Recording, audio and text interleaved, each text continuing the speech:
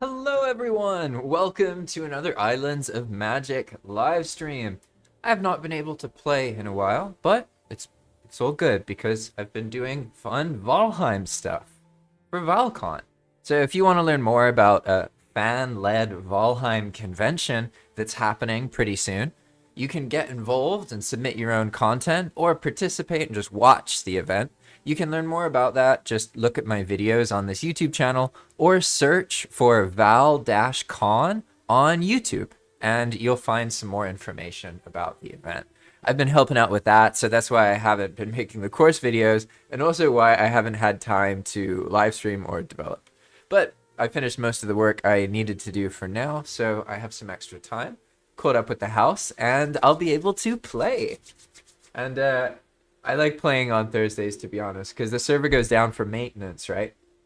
And that happens later now. And that gives me a chance when the players aren't online to like look at the notes that we have from people playing and update the scripts.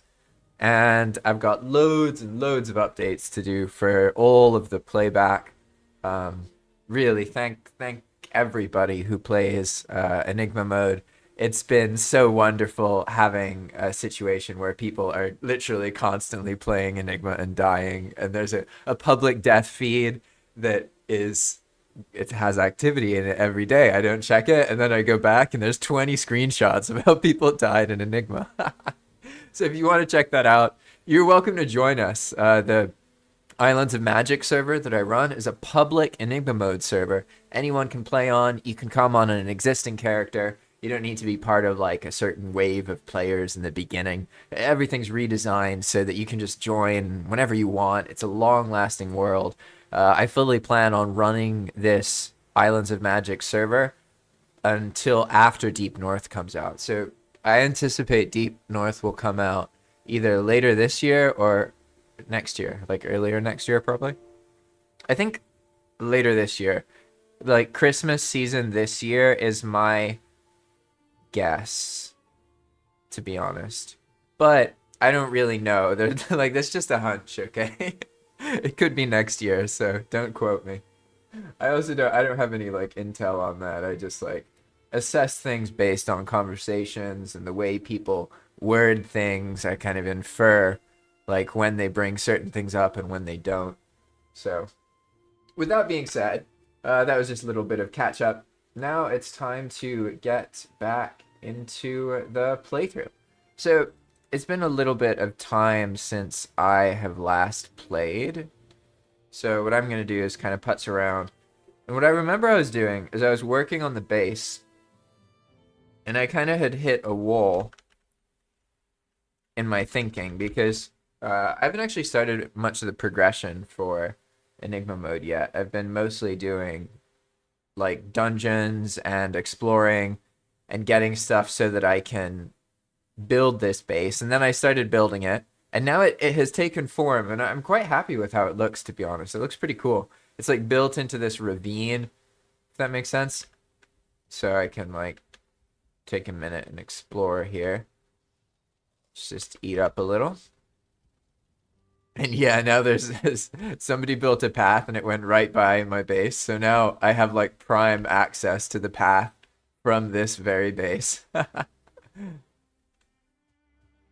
But most of the stream I played and all these trees were here. And I kind of realized they're like blocking my ability to think about how to make this place. So you can see that from over here it looks pretty small. Then if we, oh, look at all this stuff. Fire mages, abominations. If we look over here, this is kind of the main entrance because I process things and I love going out on boat adventures and filling the boat up with these cargo crates, right? So I do that, and then I come here and process all the stuff and the loot from the adventure into the place, right?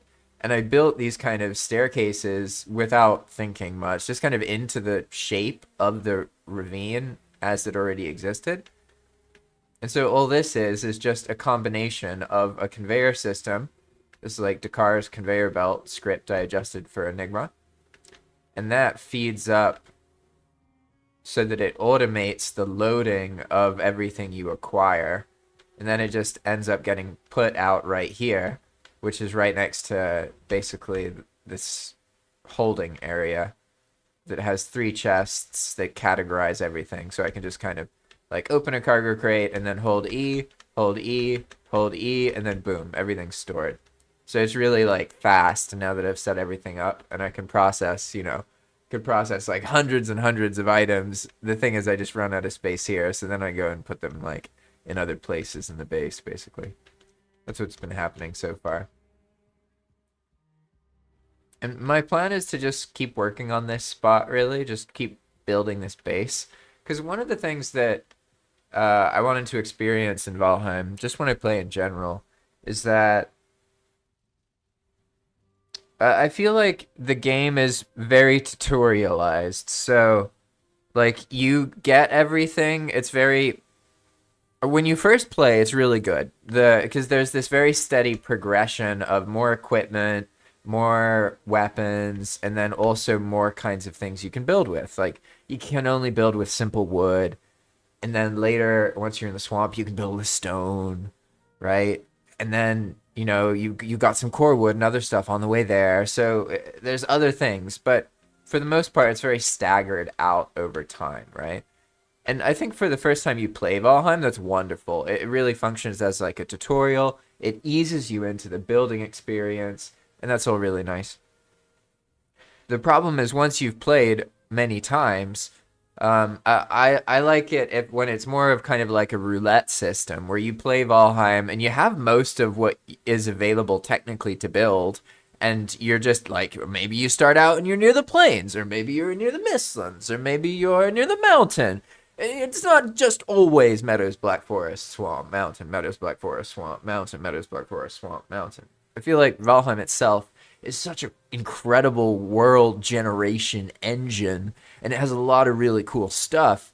It's just that like players kind of lose the motive to explore it before the game world itself actually stops being visually interesting, if that makes sense. So in Enigma, it's all about reworking it so that you can kind of just go off and do whatever anywhere, and you'll slowly kind of work away and make more of your progress through this system, right?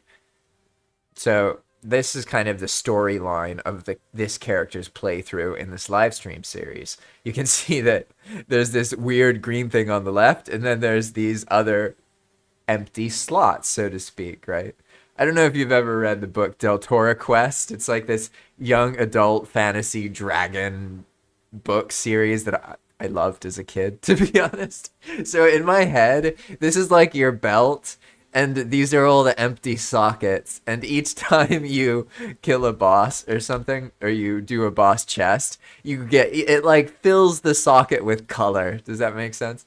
So I know that it's not meant to like make sense to the player suddenly. It's this weird thing they just see sometimes and they don't really understand. But as they complete more boss chests, they notice a correlation, and it also flashes whenever they update their progression. But I'm just talking a bit more than I have been in these other streams, so I can kind of give some more context and frame things, because it's time for me to get back into the playthrough. And I've been doing enough other stuff that I had to like remind whoever's watching and also remind myself what is actually happening now. So I think a good way to get back in the zone, for me personally, is to do some dungeon combat.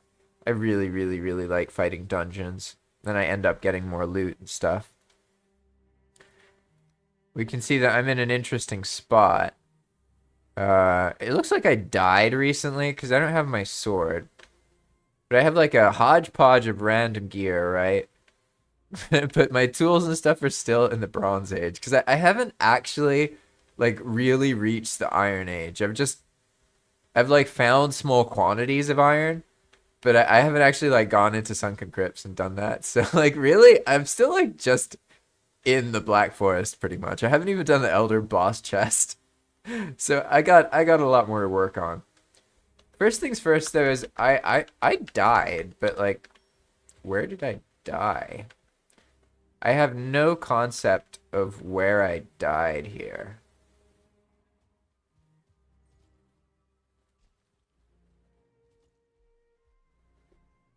Interesting.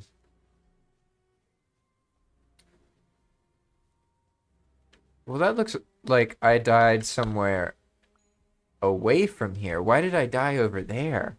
Was I sailing? I have absolutely no idea. I guess it's okay. I'd rather, to be honest, I'd rather do some dungeoning, even without the crazy powerful two-handed sword I got. Oh, wait, no, I didn't die. I'm so silly. This is what I always do. I put the stuff on the wall for decorative purposes, but I'm so used to always having it in my inventory that I completely forgot about it. Here we go. Yeah, this works. So I'll work on some dungeons. And I want to start actually like paying a bit of attention to my gear because I haven't. I just have used whatever's been there. You know what I mean? I haven't tried or made like willing effort to get a certain weapon at all. So now that we actually have an area we can craft in, let's see how things are going. I definitely should make some frost arrows. Don't need that many of them. They're really, really powerful. Needle arrows are always nice too.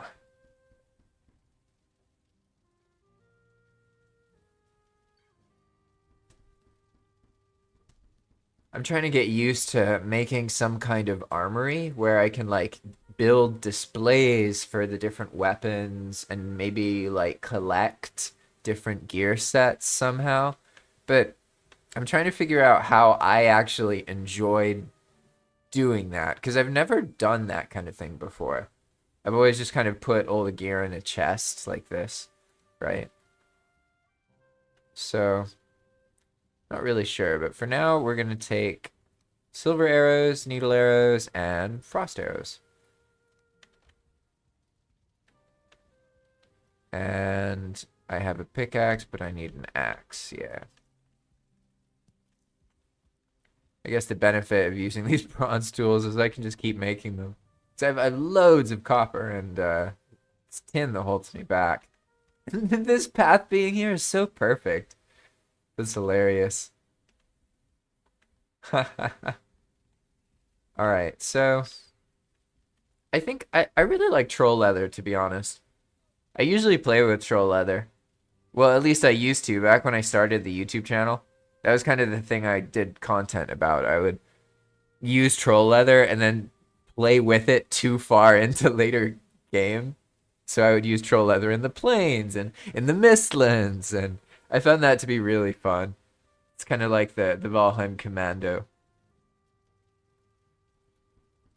I have a decent amount of troll stuff. I think I'll go with that. I know that's kind of, maybe that seems kind of lame, but there's also the bear stuff though. So let's practice this a little bit. I normally just make the items, right? But I guess I need to make an armor stand for the items, you know, see how I feel. Getting a bit used to doing more than putting the stuff in a chest, right? So let's see. We got an armor stand somewhere, right? I can make them. I feel like they're over here. Wait, did I never? I guess I haven't looted something that you use to make an armor stand. Hey, Mike, Maker Mike. Welcome. Yeah, here it is. I'm just blind. Wonderful. Okay. I'm practicing actually like using building stuff so that I get a stronger bond to the equipment. I've noticed with things like if they just sit in a chest, I don't really care about them. But if I like display them somehow and I see them and I interact with them and I make it more like a game somehow, I have more fun. So I guess what I should do, because I really love light armor. I made this little troll armor thing here, but I'm just going to make this into like a little figure. I'll go with the bear armor. Why not? I haven't done much of the new stuff personally. I know a lot about the files, but I haven't actually like played what it's like. I haven't gotten the early access or done any of that. And I love the idea and the implementation of the early access. Seems really cool. How are you doing today, Maker Mike? Do you play on Islands of Magic or Enigma, or are you watching YouTube? Tell me what's up.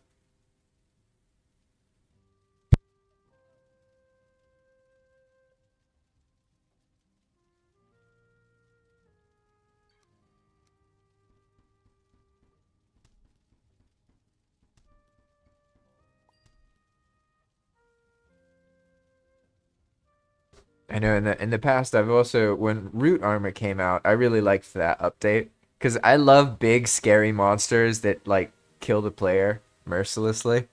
So so the abominations I enjoyed that. I definitely thought it added a lot to the swamp. I like that experience. And I guess I should probably I'll make 3 of each, which won't make any sense, but it actually does make sense. Yeah, finally, right? I used to try and stream on a schedule, to be honest, but I don't know if I'm just like a crazy person, but for me, I'm very bad with like making things happen at a certain time. I can do it, but I get really, really unnecessarily stressed. So what I found would happen, and I'm not even saying like I just tried once with Valheim. I first started trying to stream like 10 years ago or 12 years ago. A long, long time.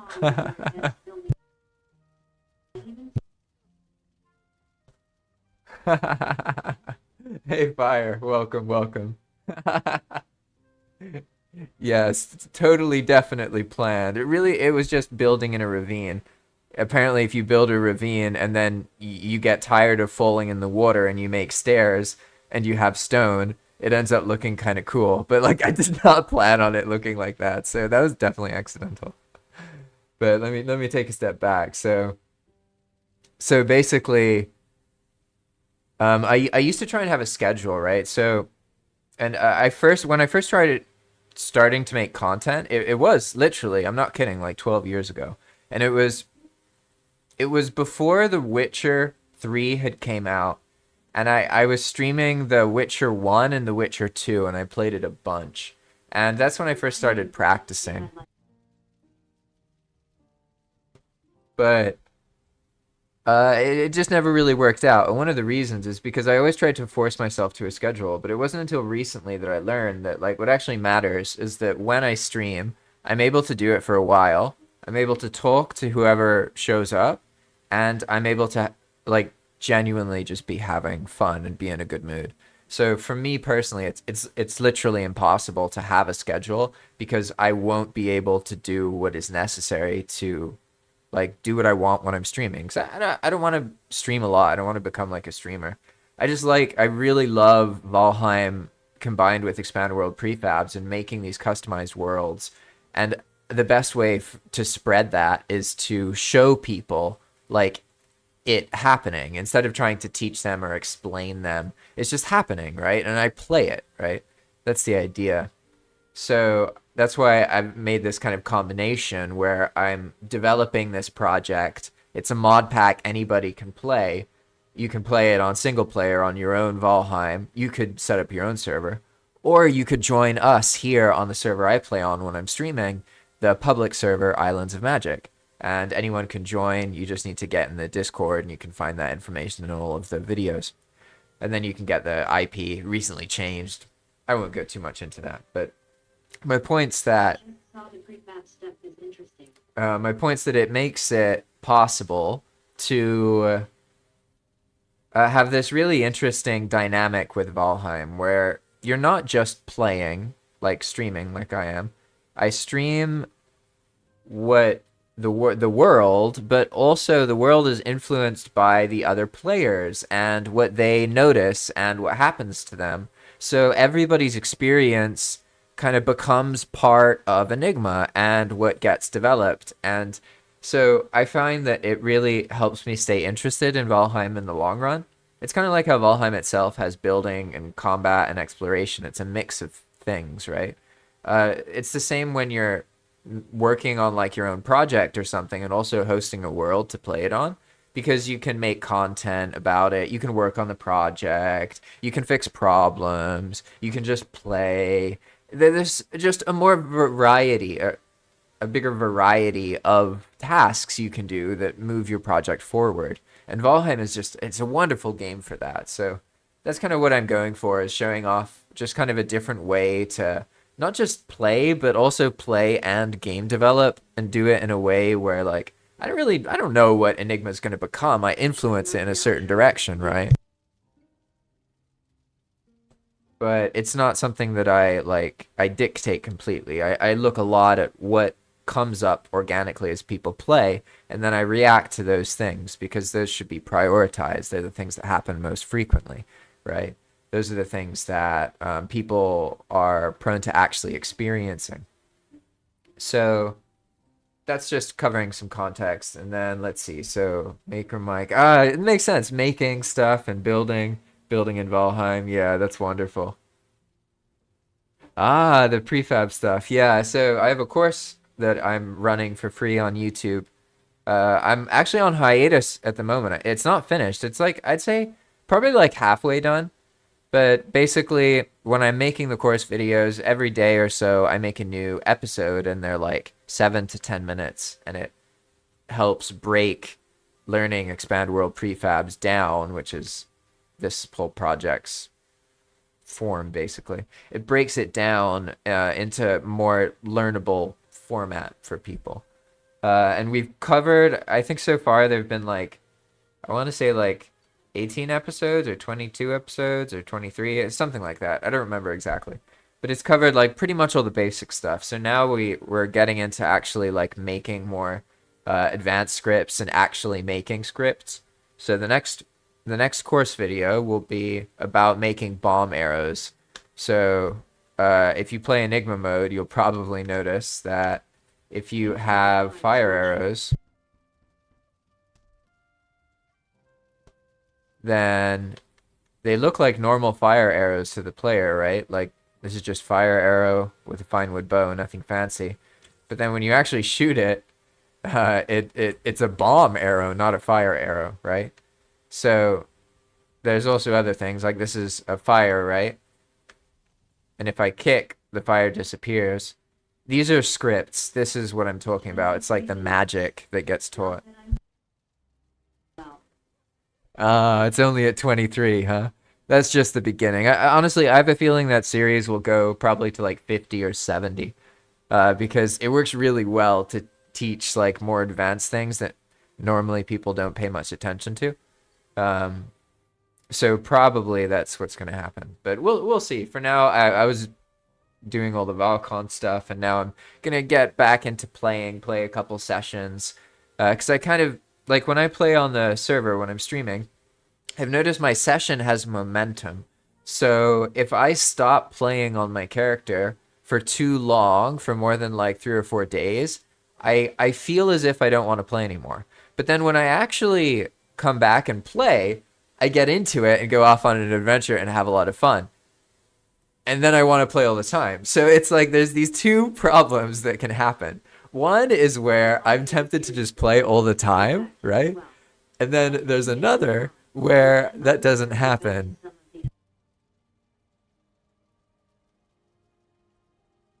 Yeah, fire, good point. Exactly. And that's the idea of making it into a course, because I tried to make those videos before a lot of times. The problem though was that I would make a video and it'd be like a 10-15 minute video, and each video kind of had to be self-contained. So like people are only going to listen for a little bit. So it's really hard to show them why EWP is so cool because they don't perceive that it's possible. So like you have to teach them a couple things to explain why it's interesting, but in doing that you've lost them already. Yeah, exactly. Exactly. I think it all works out though, because for me, scripting, Like the actual work is really fun. I love it. Uh, it's more like an extension of Valheim. I love playing, in particular, taking notes of what happens in the experience, and then sitting down to script and reacting to those notes. I find that to be incredible because that way you don't have to try and think about what might happen. You develop based on what is happening to actual players having the actual experience. And that way your mechanics actually get used. And I can tell you that, like, something I've seen, if you don't develop with players around, it's really easy to make a system and it's too complicated. And then when you try and show it to a player, they don't learn it and they don't use it. Like, one of the earlier lessons I had with scripting is that when you introduce a player to something, they're going to keep trying to play vanilla Valheim and do what they expect. So, like, even if you tell them otherwise, they're still going to do it the other way because it's ingrained in their habit. So you literally have to kind of make the system tell them or show them what to do when they try to do the thing they already know how to do. That way you don't have to tell them, they just learn. Make sense? Yeah, exactly, Fire. That's a great way to put it. And it's not just EWP, like modding can do the same thing. But let's see, I want to make sure I covered everything. Oh yeah, Adam Barron, welcome, welcome. All right, we got Fire, Adam, Maker. I just want to make sure I said hello. Adonis. Thanks all for watching. Feel free to ask me anything. So now I'll give some context in what I'm doing, and then I'll just be playing. I'll keep working on the playthrough. If you ask any questions in chat, I'll respond though. But I won't keep speaking because then I lose my voice. But before I shut up, essentially what I'm gonna do is I'm gonna try and use the padded set, the bear set. But I'm gonna start empowering things. I haven't shown that in this playthrough at all. So I think I'm set up for it. I have like a blacksmith and everything. He's still alive. He's only destroyed a few things. And I've been doing treasure raiding and everything, so we got a decent amount of material. So I'll show that off a little bit here. I'm just gonna go get my tea, and then when I get back, I'll be playing. Thanks for coming by. And don't forget to check out Valcon. If you don't know about it, Valcon is an online fan convention for Valheim that's happening pretty soon. And if you want to get involved, the deadline for content is coming up in like a week or so. Maybe it's a soft deadline that isn't actually as soon as it seems to be. Maybe. Who knows? Could be, could not be. All I'm saying is if you want to get involved, you still can. So make sure to check out some videos about Valcon. I should probably set them up so those just play when I go AFK. They like play on a loop or something. Anyway, I'll be right back. I'm gonna go grab my tea. And then I'll get empowering, play, and yeah, it'll be fun.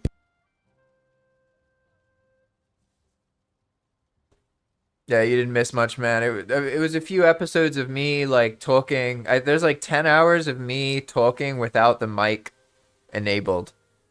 So like I learned a lot and it was fun and it did come together eventually. Definitely. It's helpful to have a huge accumulation of building supplies so then you don't run out like right as you start getting into the idea, right? But I pretty much just built it around the conveyor. Worked well. I'll be right back.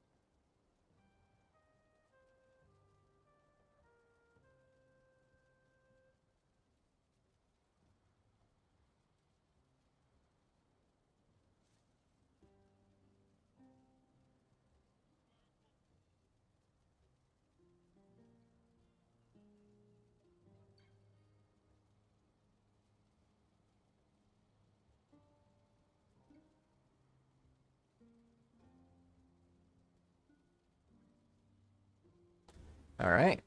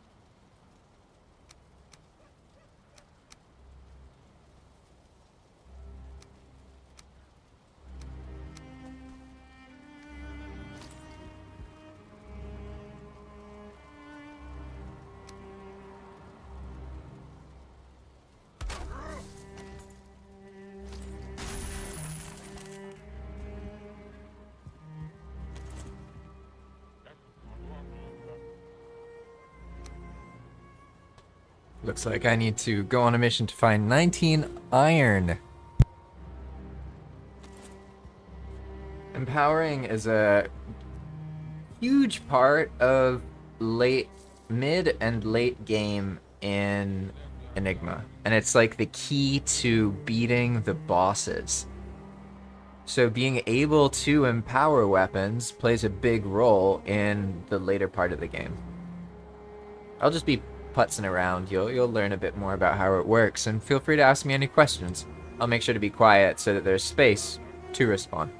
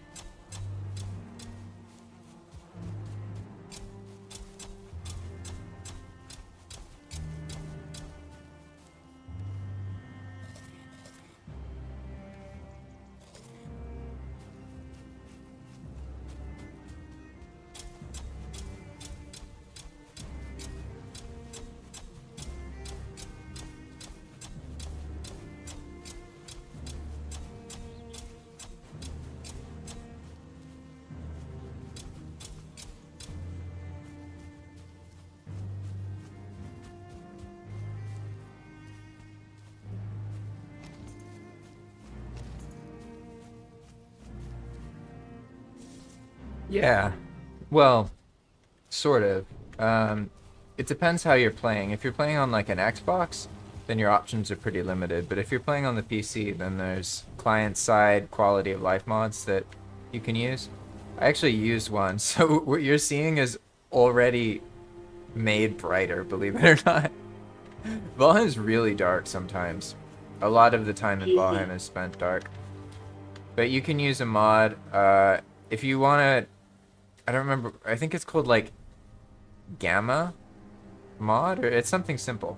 But if you look at the mod pack I made, it's Enigma Mode Quality of Life, or Enigma Mode QOL. If you just search for Valheim Enigma Mode QOL, then you'll get a link to the mod pack on Thunderstore, and it'll show you the list of mods in it.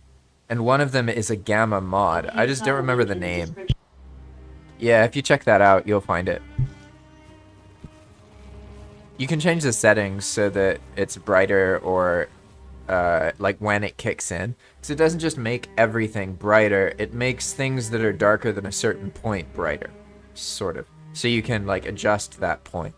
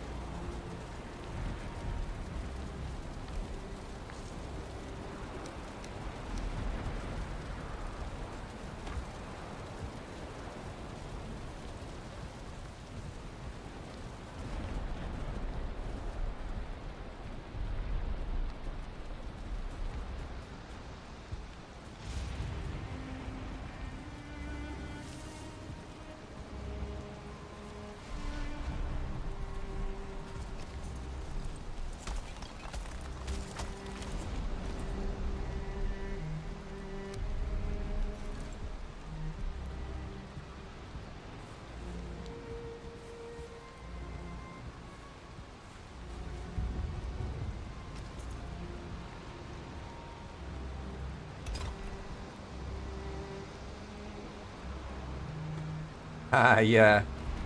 Valheim has lots and lots and lots and lots and lots and lots and lots and lots of item management, especially as you get further on in the game. But in Enigma mode, you get like all the building materials straight away pretty much, so there's even more item management.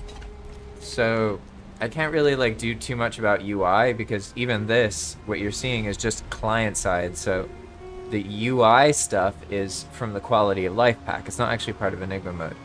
But Enigma mode itself just like gives you the ability to make any container up to 8 in your base a nonsense chest, and then you can just dump stuff in it.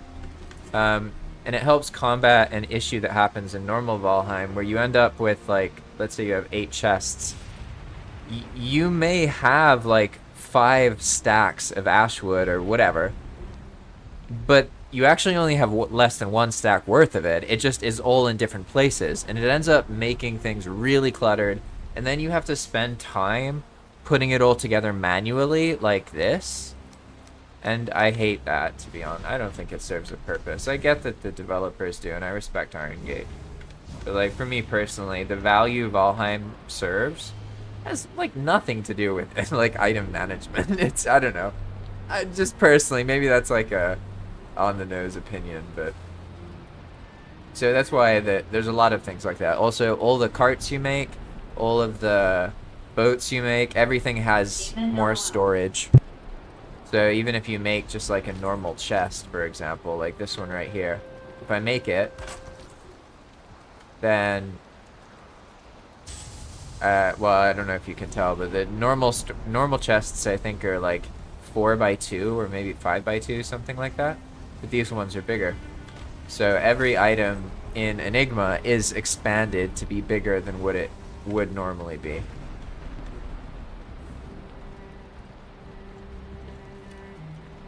Sometimes it messes up because there's too many, but makes it easier. Oh god, what have I done? I took the blacksmith out of the safe place. He's got to go back here. These guys, every Enigma player eventually learns. You learn lessons about the fire mages and where they should be in your base and where they should not be.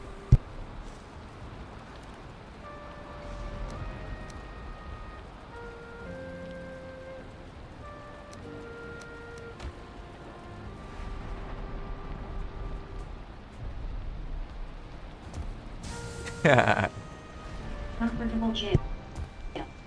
Yeah, I found that people often put them in cages, but if you make them a whole room like this, it's basically a cage, but it doesn't seem like a cage. I would say that wood in general in Enigma is temporary. Stone lasts, because anytime you build something, you have to ask yourself, could this survive being blown up by a flying bone maul? And if the answer is no, then you should view the structure as fleeting, temporary, and in need of more defenses.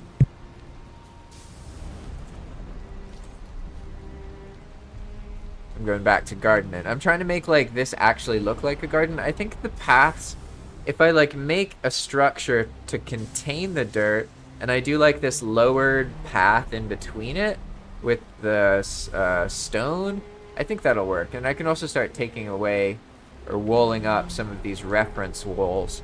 I guess I could make this into a wall look solid. I'm going through and making it less framey and kind of filling stuff out. Just kind of based on how I feel, though.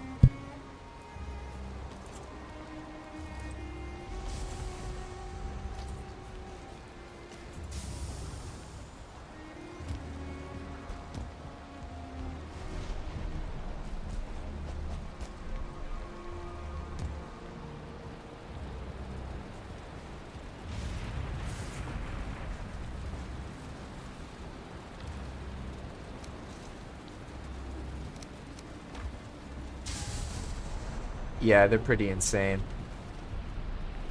You don't normally encounter the flying ones, though. Normally you just counter the normal ones, the swimming ones. They're on the Mistlands coastlines in Enigma. So if you sail near the Mistlands, y'all probably gonna see Zhao fighting Bone Maw, and basically to survive, you have to aggro another monster that the Bone Maw then fights, and then you sail away quickly. And you have to like constantly pay attention to where the Bone Maw is, because one hit from their bomb hit, oof, it's brutal, brutal, brutal, brutal. Ships don't like being blown up, that's for sure.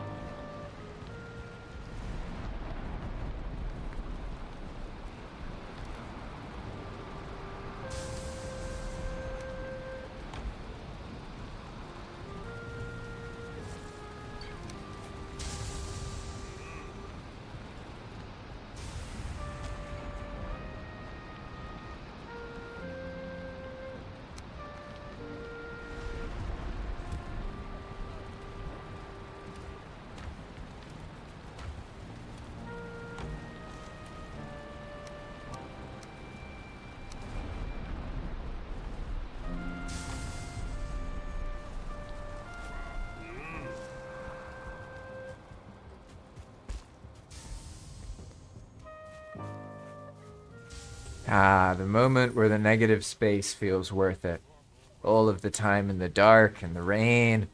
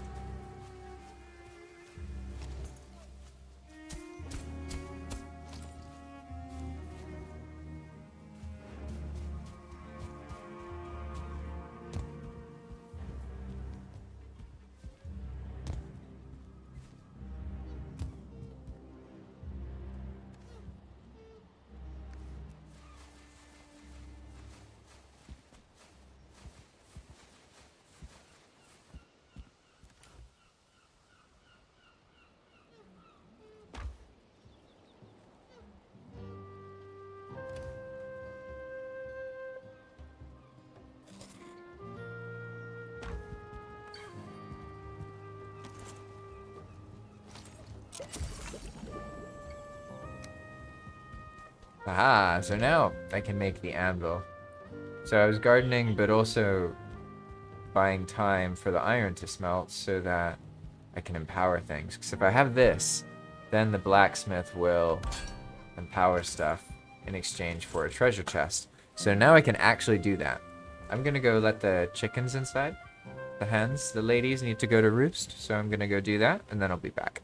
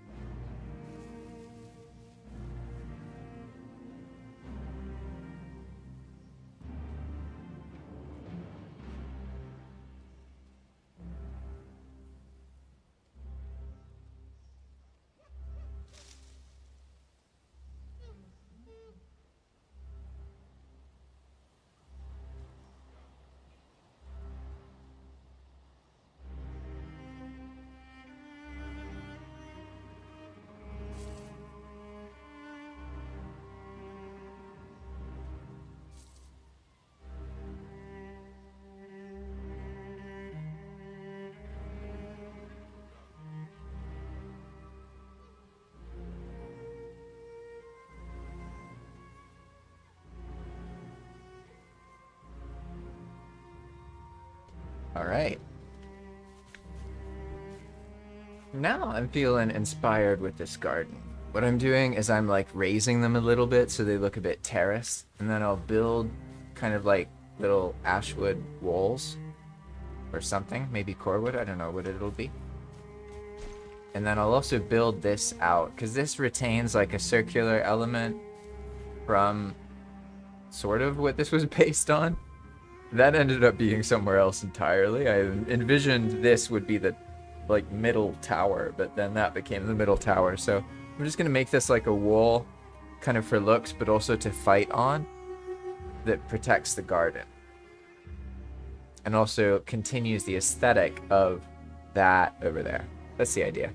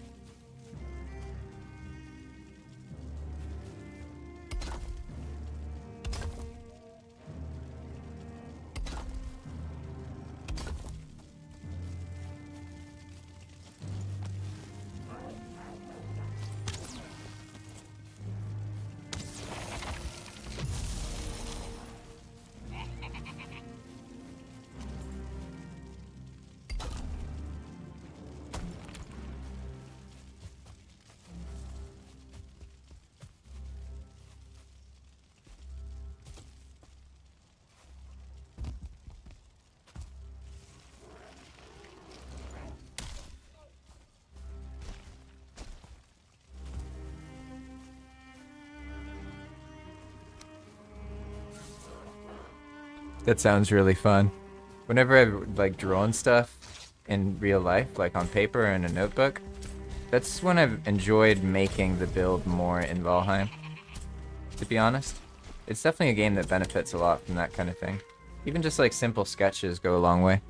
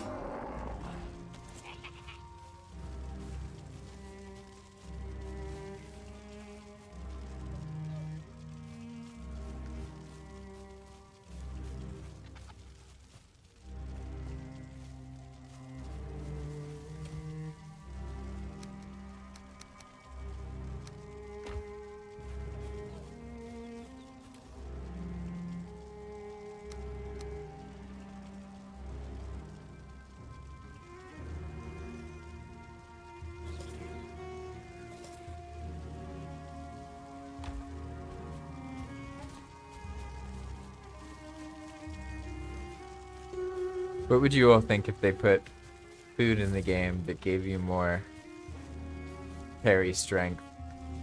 I've always wondered about something like that. Because one of the things I've noticed is it's not so much that that it's a bad inventory system. It's more that because it has 2 limits, it can be really kind of hardcore, if that makes sense. Especially considering that Valheim itself as a game is kind of catered towards being easier now as it's become more mainstream. So it's kind of ironic that despite doing that, they still have. Yeah, that would be cool too if you could just upgrade it. I think they'll probably do something because they've talked about it in their social medias, so they're definitely reacting in some way in the game, but whether that's bigger inventory or something based on killing bosses or backpack, who knows? No one really knows, but something I would bet something will happen about it.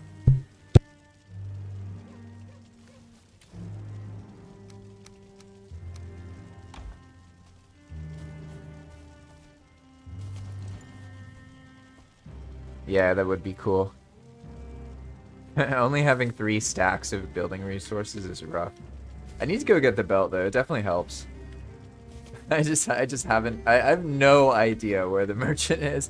I know the other players know, so I could just ask one of them. They'd probably show me, but I don't. I kind of like stumbling on things myself, or somebody organically showing up and then it happening.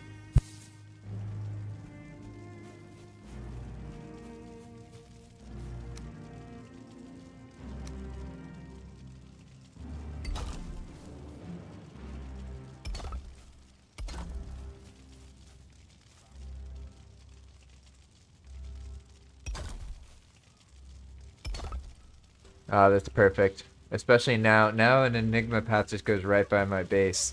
So I'm gonna make yeah, an entrance, right? It's hilarious how much they are like highways, right? It's cool. Honestly, there's so much on the server already that I don't know about. The players definitely, because they play a lot more than I've been able to, maybe 3 or 4 times as much. So I mean, they've built loads of things I don't even know about, and I know about things that are really cool, but I know that I don't know all the things that are there because I haven't had the time to look, right? And it's really cool finding bases that are elaborate structures, and it's awesome. I really love seeing what other players do in the world. It's one of the things that I think makes Valheim really... Why is there a vulture over there? I just noticed that. Sorry. You'd think I would have noticed there's a vulture in the woods nearby. Anyway, it's one of the things that makes Valheim more interesting, when you know there's other people out there doing things and then you stumble upon their work. It's really cool. It's kind of like that mod by Warpalicious that adds more locations, except it's people building the locations, right? If you don't know that mod, it's great to check it out. I think it's called more locations. It's something like that. It's a mod by Warp on Thunderstore. He does some really cool mods. Same guy who does the Discord death screenshots thing that I use.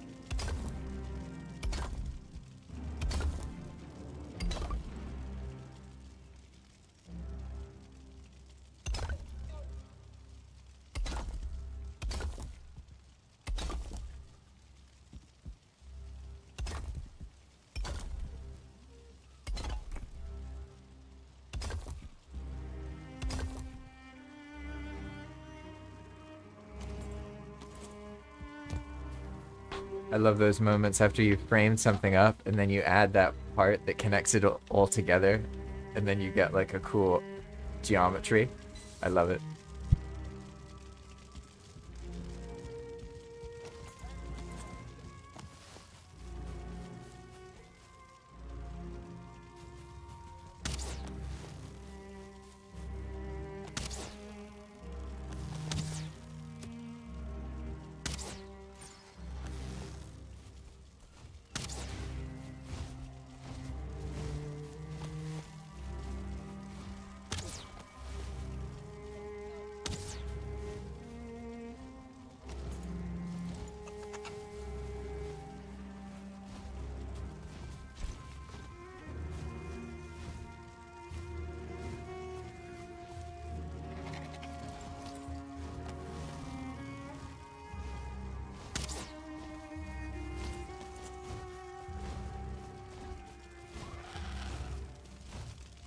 This guy seems to be struggling.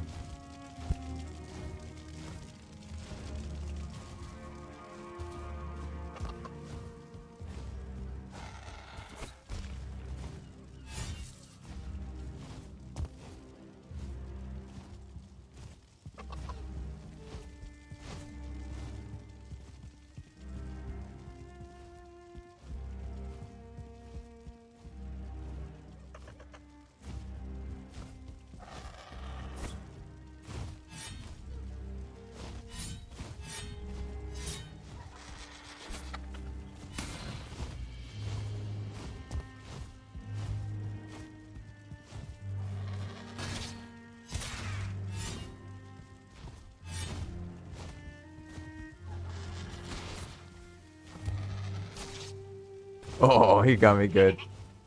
I actually haven't fought vultures that much. Oh, now he looks elegant. Him flying away, or her, I don't know if the vulture is a guy or a girl, but them flying away looks natural. That worked well. I don't know what was all that weird stuck stuff it was doing. It might be because I was in an area that I had dug the terrain down, so maybe that kind of messed up the pathfinding of it or something. I'm not sure what that was about, to be honest. That was kind of interesting. I've seen like certain things struggle, but normally the flying monsters will just come mostly right to you. So I also am not sure where this vulture even came from. It's not like there's a vulture nest here, so it's just there. It's funny.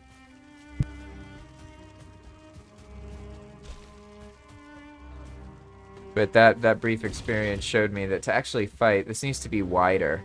So the idea is that like that stuff's all delicate, right? You don't want to swing a sword near the crops, chop them up. So I'll make like kind of a stone wall here to fight on. This probably is like a little bit too short. I kind of like that though. I'm just trying to give that look and kind of make it like a rampart. So maybe I'll just put the gate like right here or something. Might work well actually.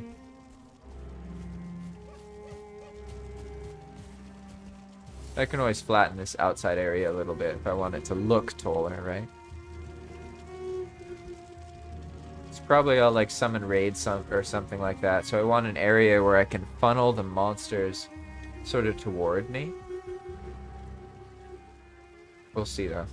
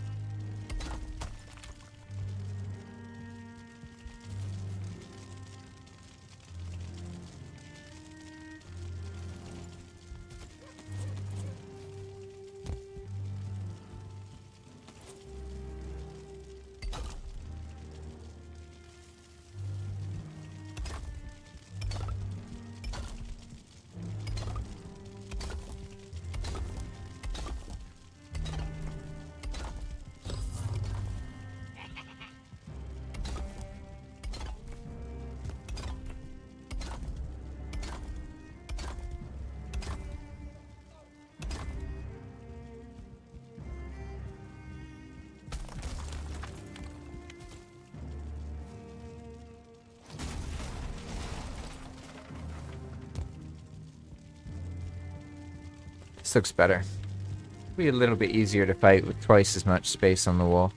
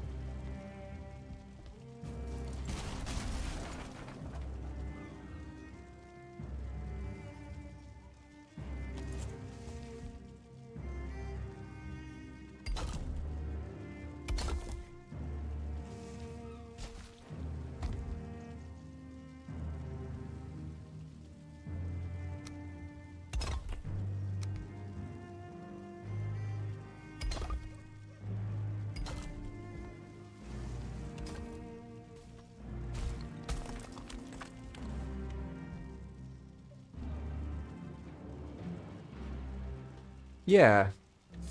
So it can be a bit confusing, but I'll try and explain it quickly. Basically, there is a mod pack called Enigma. Okay, Enigma Mode. You can play that in single player if you want to try it out.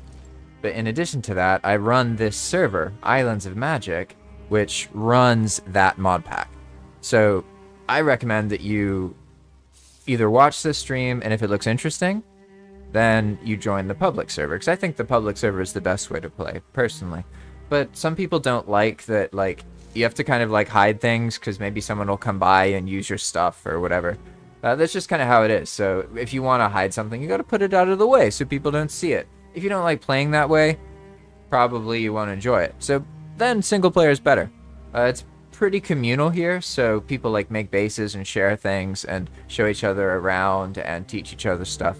So it really depends on what you want to do. If you want to have like a really secure session where nobody ever touches your stuff in any way, then you might want to play on your own server or in single player. But if you're open to playing with other people who like an Enigma Mode and have been playing for a while, then I think you should join the public server, right?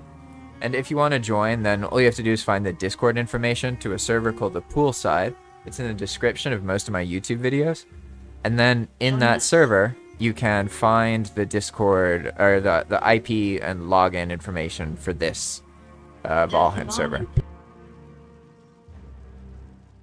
No, the mod is just like so people can do the experience themselves. When you play on the server, you don't use the mod. You just use your normal Valheim. You don't even need to use the quality of life stuff that I say. You can just join vanilla if you want. So I personally recommend to use the quality of life thing because I've like tailored it to make Enigma more fun. And you're welcome to come play here. It's the kind of thing where you can join whenever on any character. You could bring an older character if you wanted, or a newer character. There's lots of space and lots of places to build things. So just make sure you're in the Discord so you can ask questions, because Enigma can be pretty confusing if you don't like ask questions so that you can learn a bit about how to do certain things in a better way.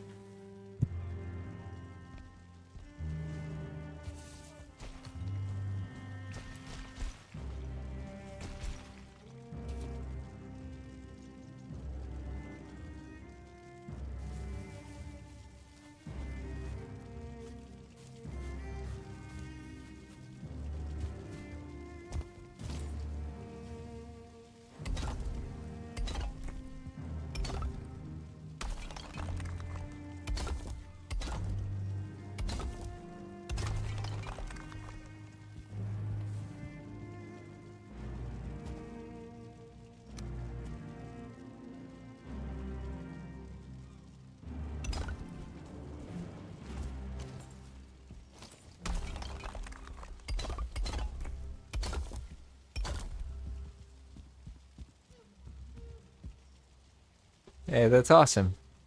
It's honestly, it's a good idea to play a bit in single player so you can kind of get the feel for things. And then when you play on the server, you'll understand like why the server is really, like from my perspective, it's really fun, because the problem with normal Valheim is that people tend to lose interest pretty quickly after like 2 to 3 weeks. So anytime you can have a server that reliably, even if it's just 2 or 3 people, if it can have an active player base for months and months and months, then it just makes the experience a lot more enjoyable for everyone involved. So I found that it lasts longer in Enigma mode, and that's kind of the point, is to like make a long-term progression so that you don't have to just do this simple like kill the boss, move on, kill the boss, move on, that inevitably results in you killing the last boss and there being nothing there. It kind of feels weird, right? So the way Enigma is made is, you know, it gives you all of Valheim from the very beginning, pretty much. I'm still in Black Forest, technically. Yet I'm trimming with, you know, Ashwood and Grouston, and I have an artisan table, and, you know, so it's like, it's way different, right? And I know it's too different for a lot of people. I don't really make Enigma thinking that everyone will love it. It's more just like people who really like Valheim, and you're tired of like Valheim's predictability, or you feel limited too much in your building experience in Valheim. Enigma mode is meant to ease those concerns. So I don't think it's necessarily like a better way. It's just a better way to play Valheim for certain kinds of people, if that makes sense. I really love Valheim. I think there's a lot of ways you can play it that cater to different play styles, right? And like playing the way I do, like with no map and not really looking at maps and these things, that's not something most people need to do. It's a bit extreme, you know? So really, you should just do what you feel interested in and what you enjoy. And that works well. So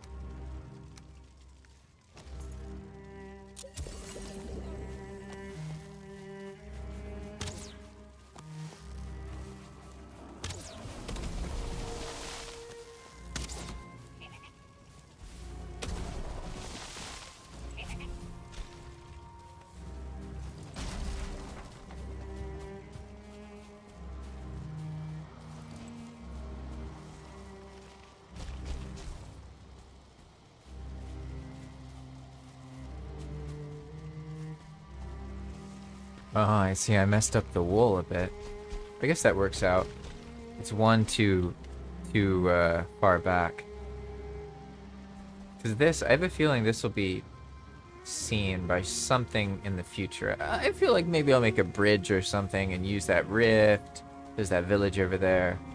Who knows how it'll work exactly, but I've noticed it works well. You can make very castle-looking things. If you actually, like, just use a sheer cliff and you kind of, like, put a couple rocks on it, then it looks like an intimidating castle, but really it's just, like, a little bit of rocks in the right place.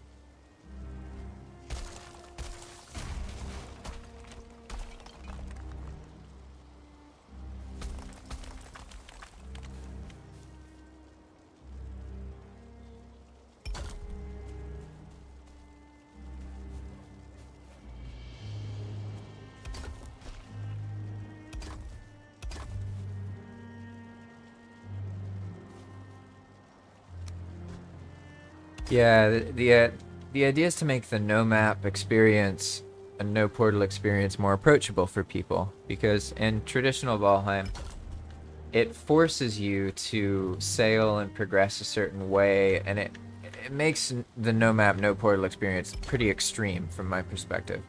I don't think it needs to be like no map no portal shouldn't be hardcore. It should just be a more long-term kind of slower way to play Valheim, from my perspective. So the idea with the bridges is that you give player more options, because you give players more options. I noticed with normal Valheim, very few people get to experience the Ashlands or build with its resources. Mostly because by the time you start playing in the Ashlands, you've been playing for so long that you're kind of getting tired. And you're reaching the point where your playthrough it's like losing its momentum, if that makes sense. And not as like a bad thing against Valheim, that's just what happens with games, you know, everything's like that. But the timing of it and everything means that a lot of Valheim players don't get to experience building with Growlstone and Ashwood, and like the artisan table and what it unlocks, even that's earlier on in the game. That's not available until you kill Motor. So a lot of people don't get to experience the deeper, more rich parts of Valheim, from my perspective. So the idea is to enable them to experience that earlier on.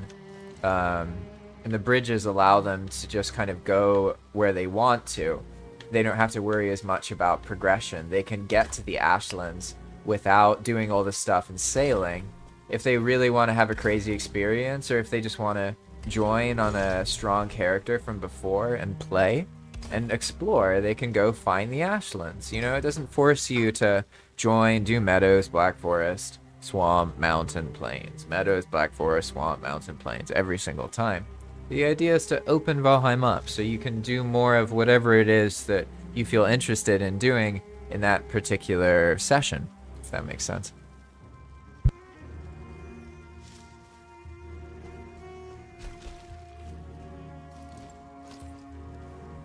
I really need one of those headlights.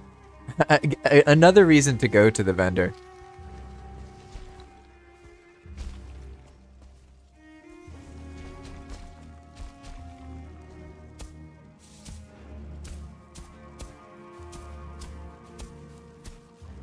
Yeah, maybe if we're lucky, it'll be a Christmas thing. Because, to be honest, they're very, very patient with things, and they take their time. And with something like the Deep North, I used to think it was like a biome update, like the Ashlands was, and the other things, you know, like the Mistlands. But that's not really true. The Deep North is more like 2 updates, because it's the Deep North, but then there's also, like, revisions to the whole game experience as a whole, if that makes sense. And I've been paying attention to like what the developers and moderators say and what people have said in interviews, and that's the impression I get. And so if that's the case, then probably they would time the release to be when it's seasonally best. So they're not just gonna like finish and then release it. They're gonna finish it, so to speak, and then wait until the next best time And as far as I understand, the better times are usually the like Christmas season before that, the Q4 peak.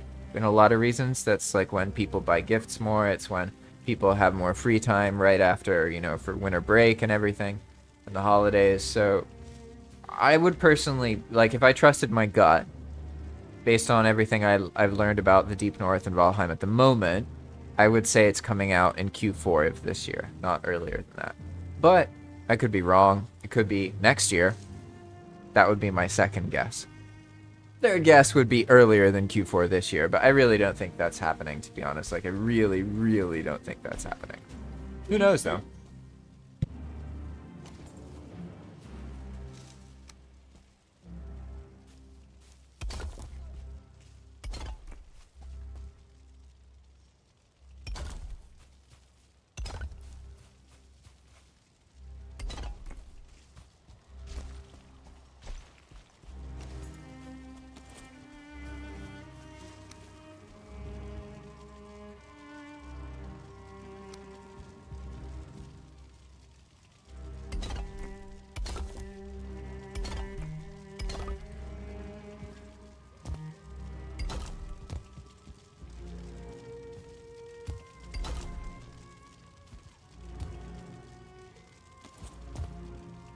It's so dark here.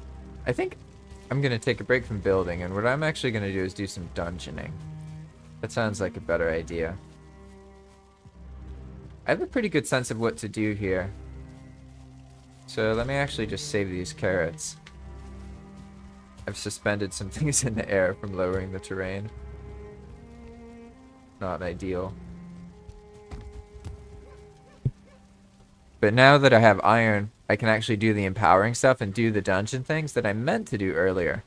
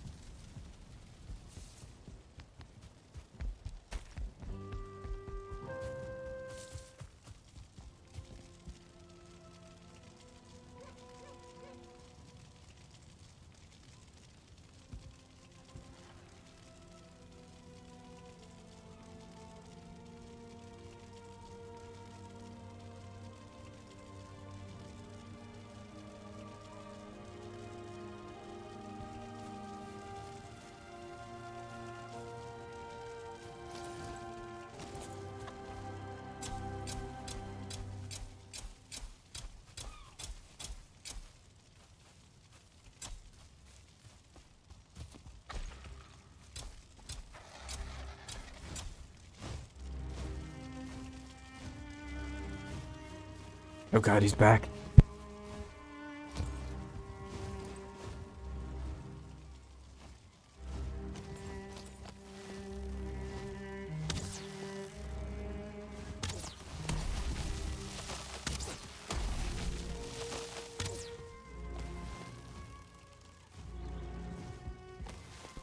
For some reason, I didn't realize they're weak against fire. I just assumed the vulture was not weak against fire because it's from the ashlands. That's funny.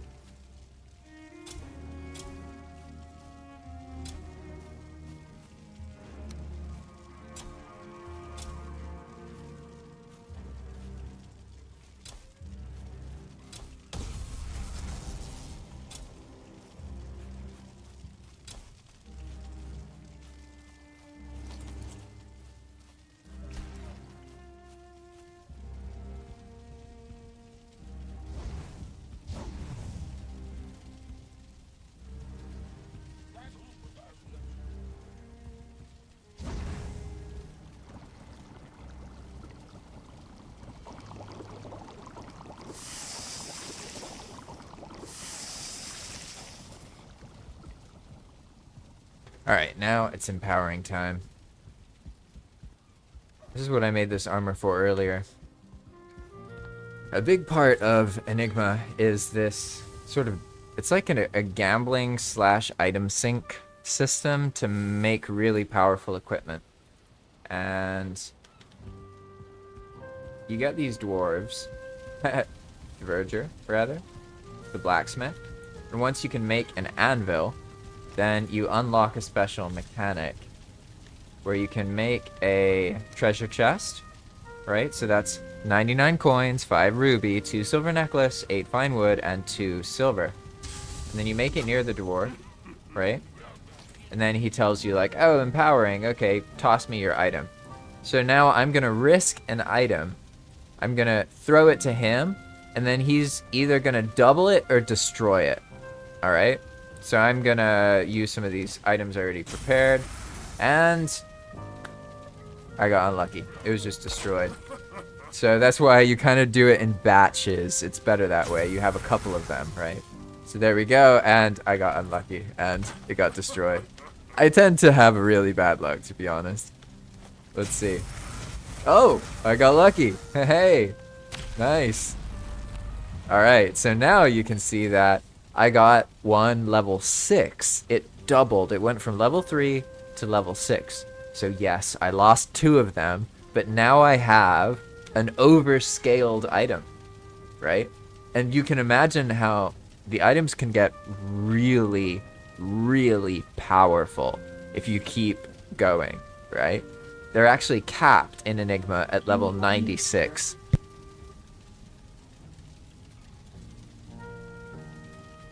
So in this case, there's a process to summon this guy, this Verger blacksmith.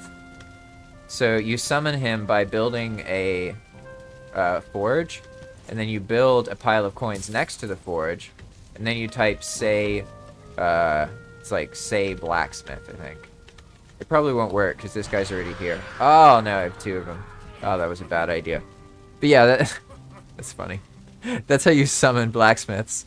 So now I have 2 blacksmiths.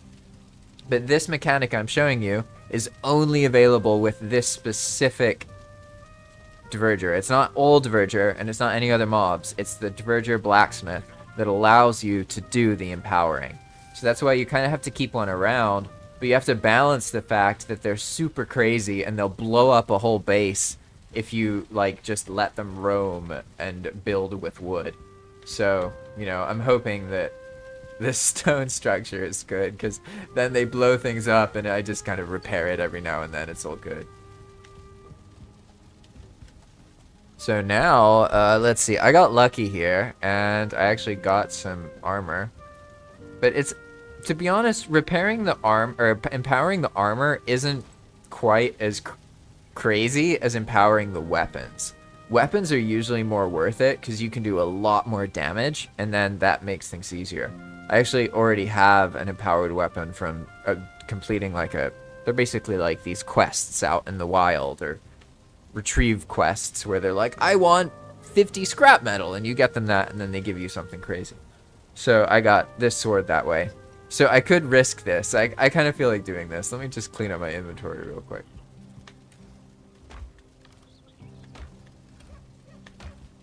I guess my question...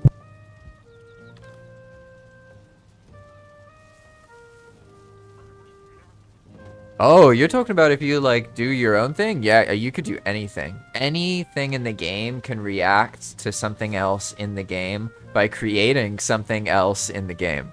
So, yeah. And I share everything I do open source.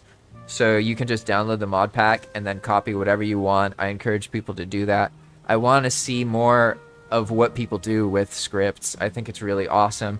It's great for creativity and practicing your game design skills, and also to help deal with some of the problems that Valheim has that Iron Gate doesn't have the time to deal with or the will. You can just make scripts for them, and it puts more of the control in the player's hands, which makes the Valheim experience just so much better from my perspective.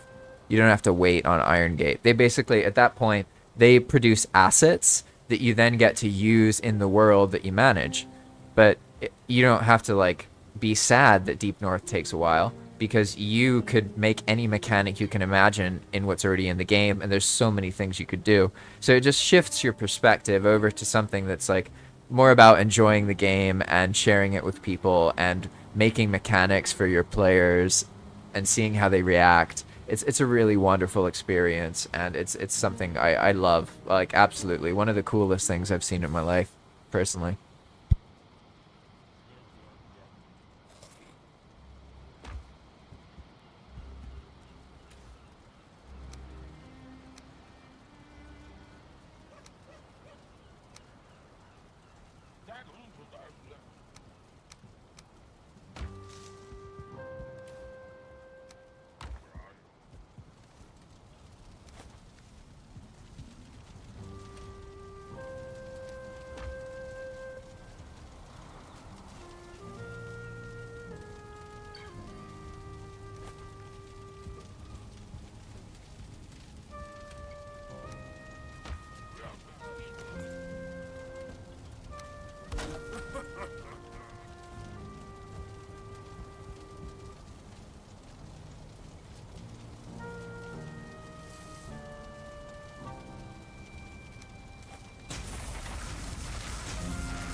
Hey, I got lucky. That works. That's the only one I really needed to get lucky on. Because I only had one that was level 3. So I have these ones, but I ran out of the stuff to upgrade them, so... Lucky day. Oh wait, is this the weapon? Oh, I didn't even realize this was the weapon. That's funny. I thought it was the chest. Ah, that's funny. Okay. Oh, I don't even have the headdress. Okay, that all makes sense now. I guess I've never gotten the bear trophy. Is that what you need to make the head? I think so. Yeah, must be. I see. Interesting. Okay. At some point I need to find... Yeah, at some point I need to find a, like, deeper Black Forest. I'll do some exploring after. I'll probably do some dungeoning and then some exploring. We'll see. We'll see how it goes.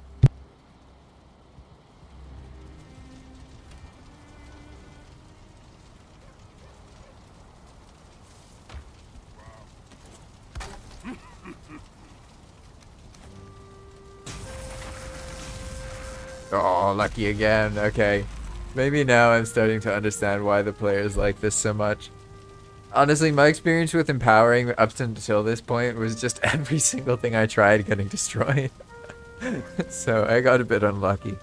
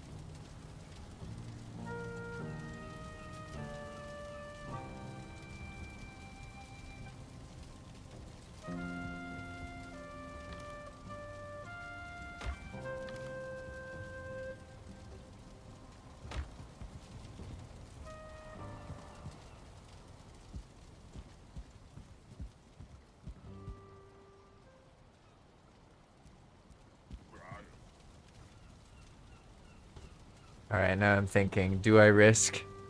I have this level 12 Slayer. Do I risk empowering it?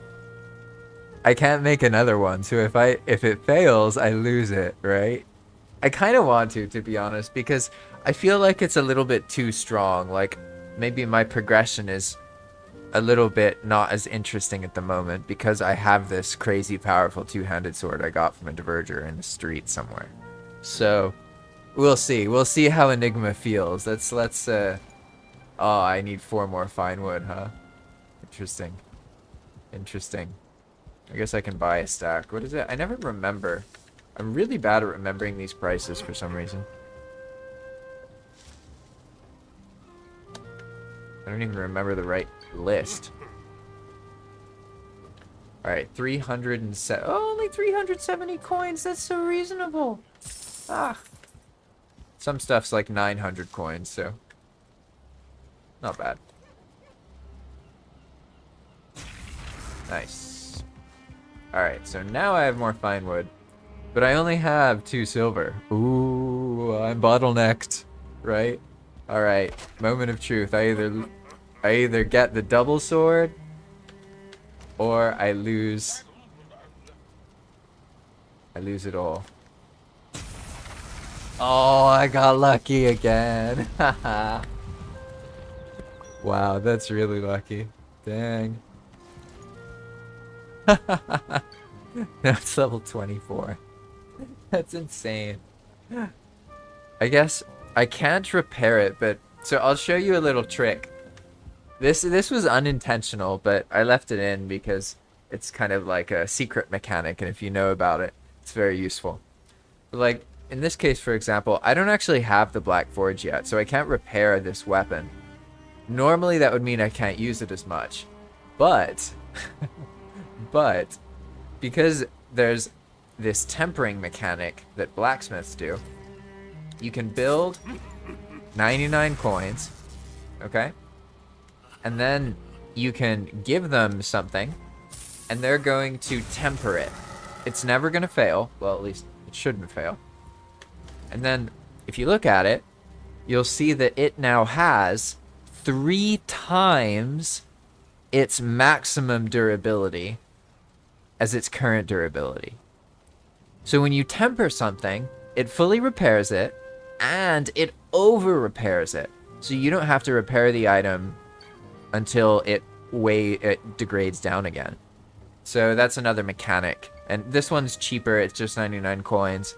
It's just like basically a thing that makes it so you don't have to repair as much. If you want to.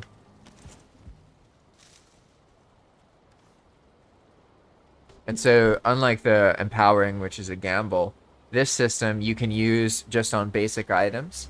So, like my finewood bow and my cultivator, for example, has been breaking, right? So what I can do is I can go over to the forge, and let's see, I have like just a little bit of bronze crafted already at the moment. So what I'm going to do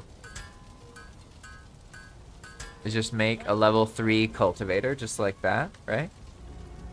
And then I'm going to do the same thing, except instead of empowering, I'm going to temper. So I'm just going to temper the tool, right? So now we have a tool that has 1600 durability instead of the rate of the level 1 cultivator, which is, as you can see, just 200. So again, like in Enigma, there's a lot of stuff like this, like little tricks that you can learn either from other players or finding them yourself or by watching the stream. And then once you learn them, they free up your quality of life a bit. So you don't have to repair something as much. You don't have to, you know, organize your chests as much because you learn about nonsense chests, whatever it is. There's like 7,400 entries that change and adjust the game. So that's why, like, I'm not kidding when I say there's so many that I can play and not know what's happening and feel like it's a new experience, even though I made the scripts. There's so many of them that they overlap, and I don't know what can happen. And I didn't make all the scripts. I made like maybe 95% of them, because some of them are like Dakar made a couple scripts. He started the core of the pathfinding script. The conveyor script is also his. There's a lot of things that are quite complicated with math, and Dakar's really, really good at them. So sometimes I'll ask him to make like the core of a feature, and then he'll show me how it works, and then I'll take that and I'll like expand it a bunch. That's like how the actual path started, to be honest.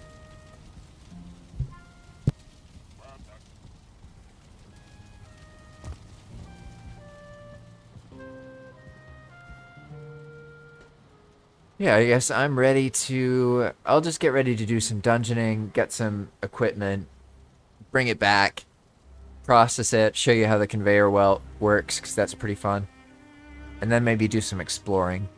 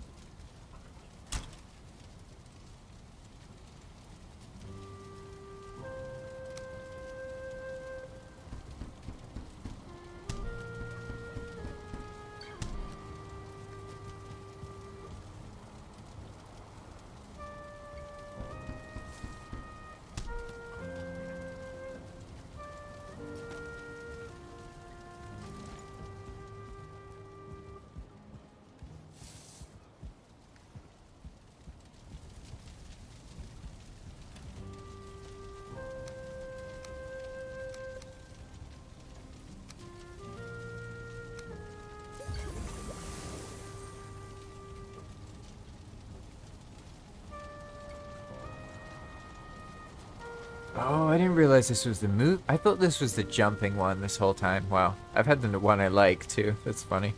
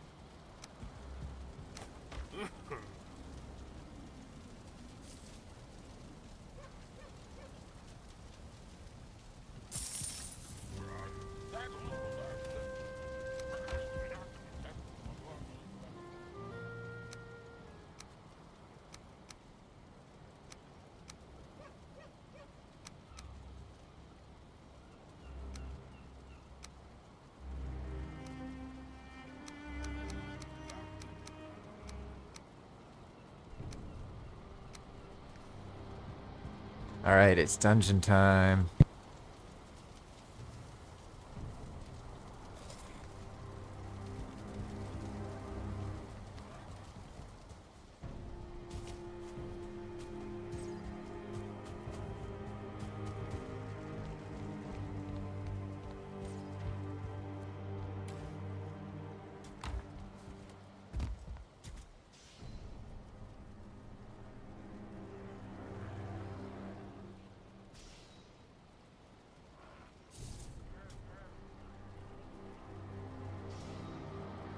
Alright, I'll be right back. I can go to the bathroom, some hot water in my tea, and then do some dungeons. If you've never seen the dungeons in Enigma, I got good news. Actually, I got news for anyone who likes the dungeons in Enigma, because yeah, he showed a guide, and let me just put it this way. I had made the dungeons bigger. What I didn't know is there's a secret technique, and we can make them even bigger. I'm gonna try it pretty soon. So anybody listening right now, you know, but don't tell anyone, because I want to see if people actually notice.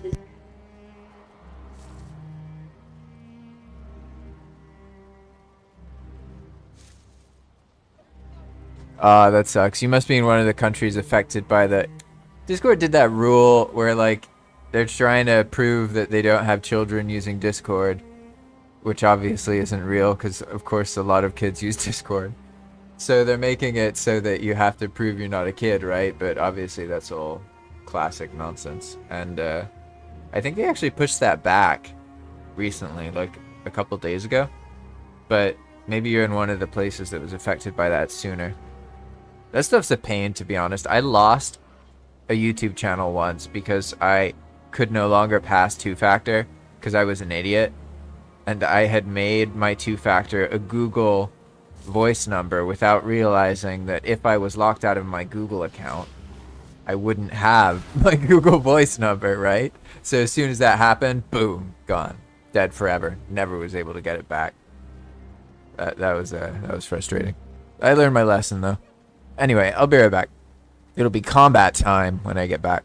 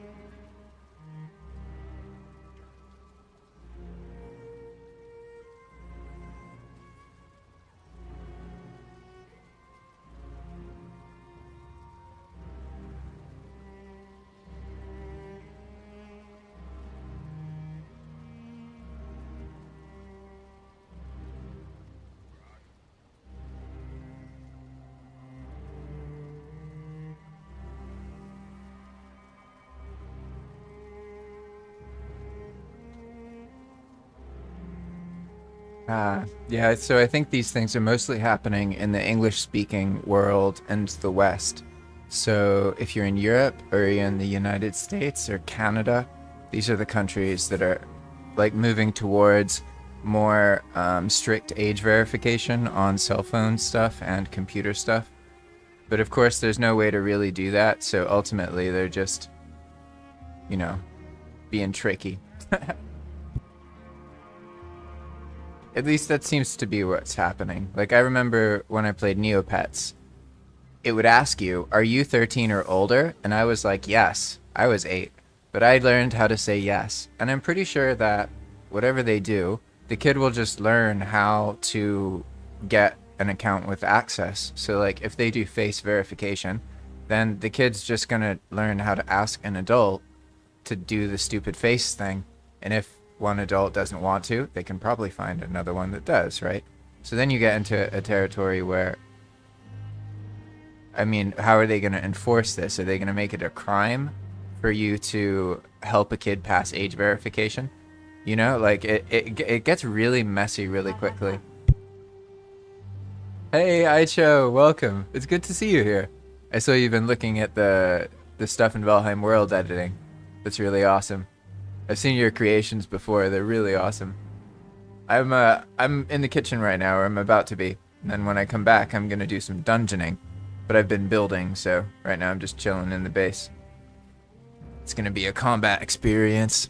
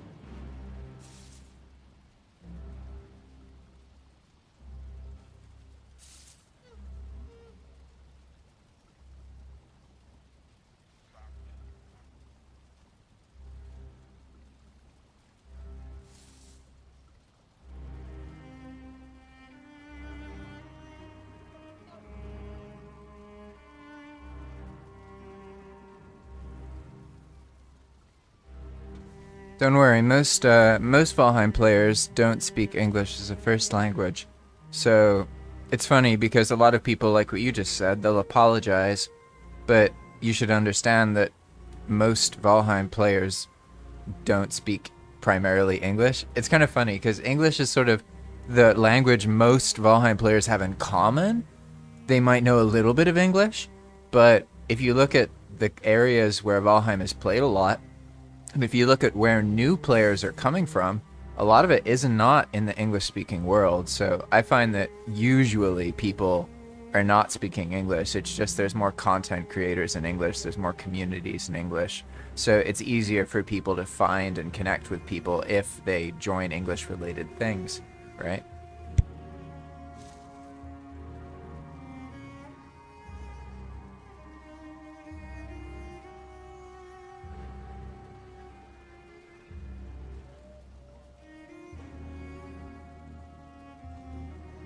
Valheim's wonderful.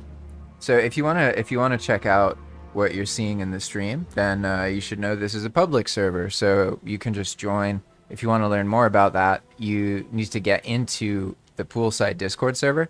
You can just look at any of my videos on YouTube, and you'll find that link in the description.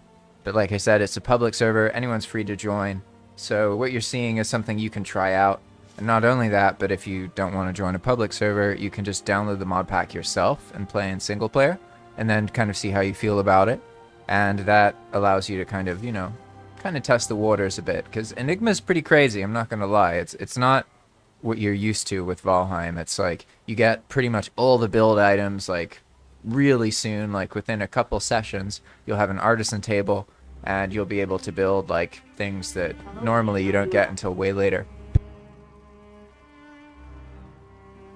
Hello, hello. I'm almost done, actually. I keep coming back to respond, and then I don't finish the task in the kitchen.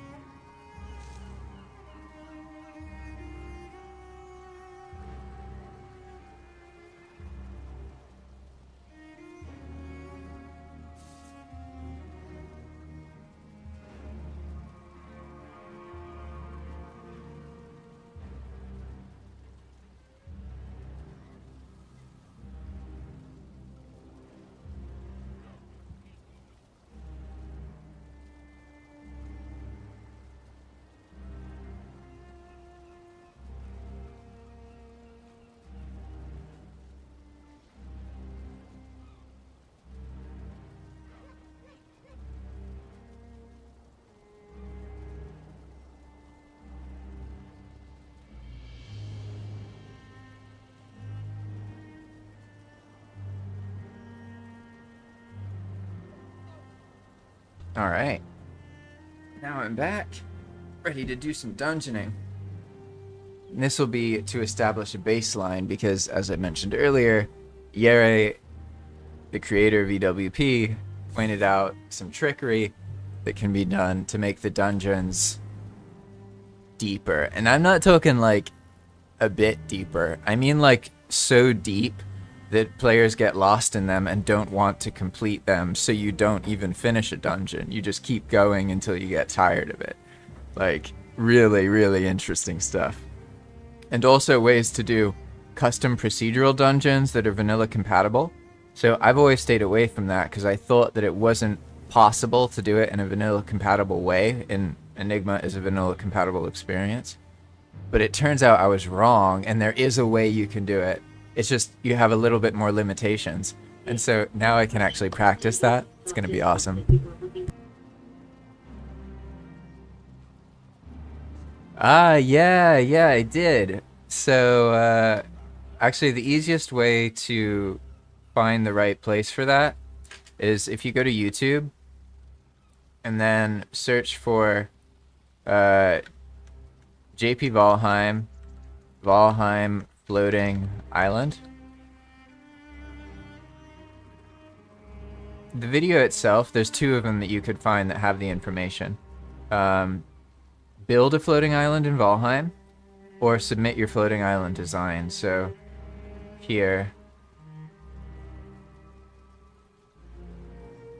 this is the original one, and you don't, it's sort of like a, you don't have to watch the whole video. It's like 20 something minutes. It shows different techniques you can use, and it has chapters, so you can just look at the part of the video that is relevant. But you probably know how to do these things, but a lot of people have never built in Valheim with something. I guess I can just show this. 1 second. It's gonna go black for a second.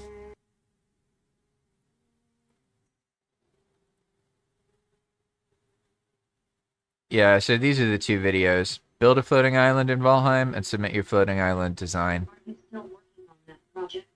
Yeah, it's ongoing. So I set it up so that I don't have to do drastic changes to Enigma to incorporate your design. Essentially what happens is you send me the design, and then in the next Enigma patch, I put it into the game files, and then it gets created in all the worlds playing.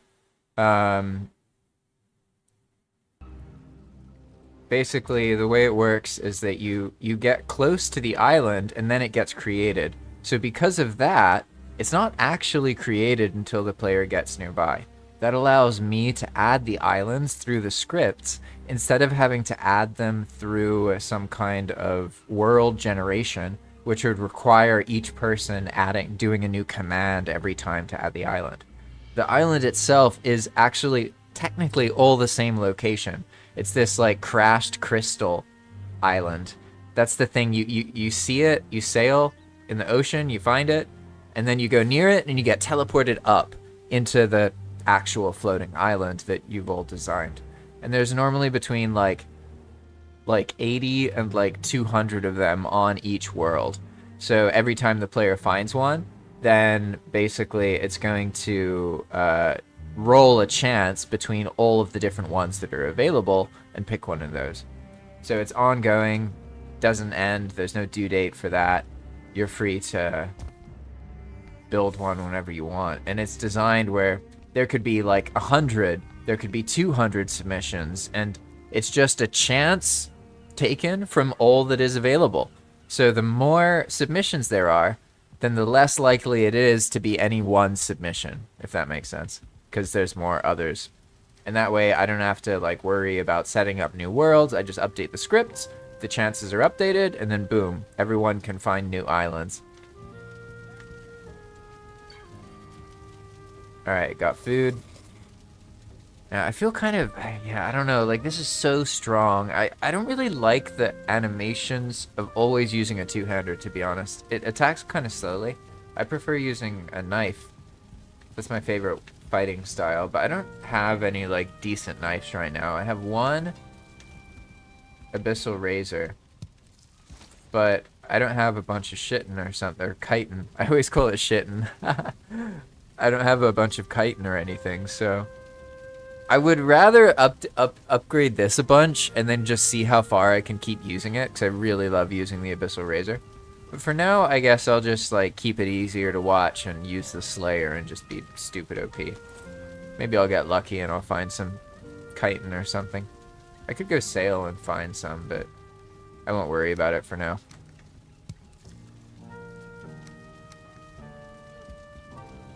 Alright. So there's this dungeon over here, and pretty much what I do is I go through, get a bunch of stuff, bring it back, and then process it all. Make sense? So I'm going to take my ultra cart here.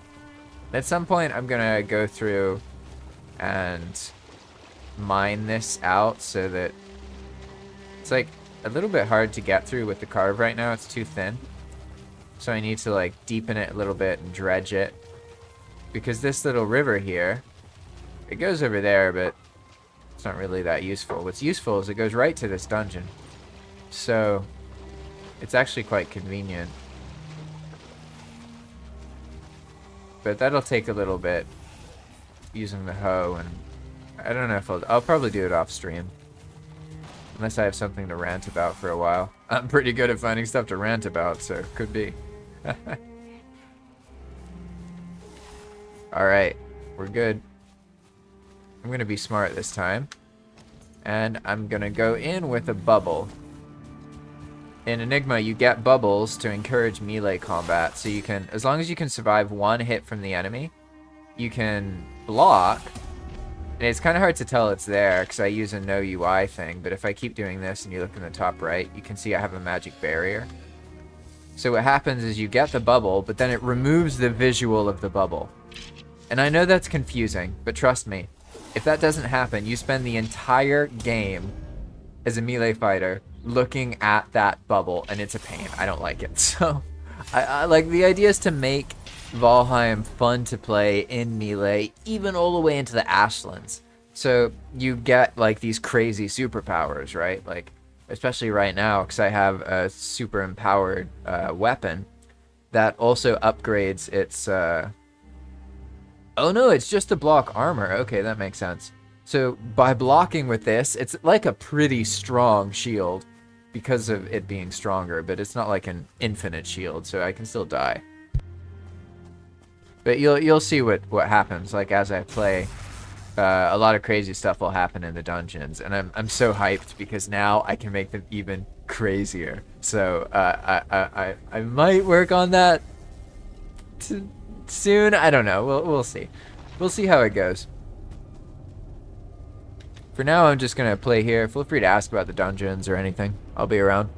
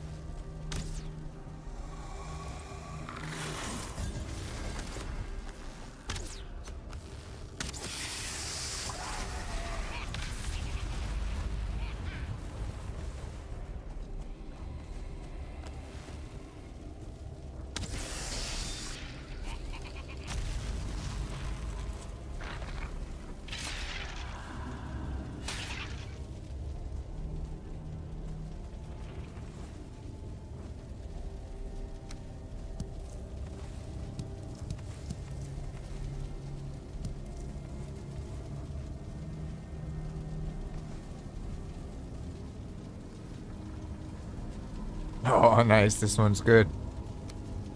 There's loads of different boxes and treasures you can get. So this is like one of like 50 different ones, and then there's a bunch of other cargo crates.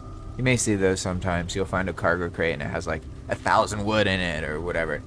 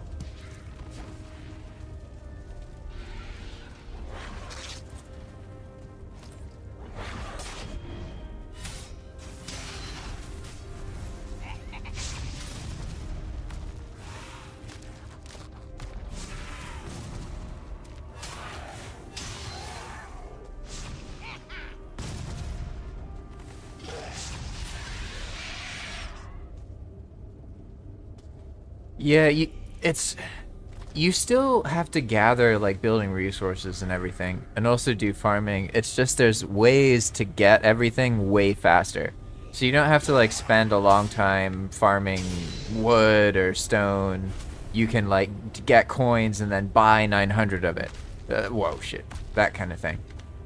So in the case of building resources, there's a lot of different ways that you can get loads of building resources. The easiest way, well, the most effective way if you can do combat is to do the dungeons. But you can still do the traditional stuff. Most players don't, really, because you can just, like, you know, do Black Forest stuff, get coins, you can fish, get coins, you can do different things to get coins, so it's not like you have to do dungeons. I like doing the dungeons to get stuff. Personally, that's my favorite way to do it.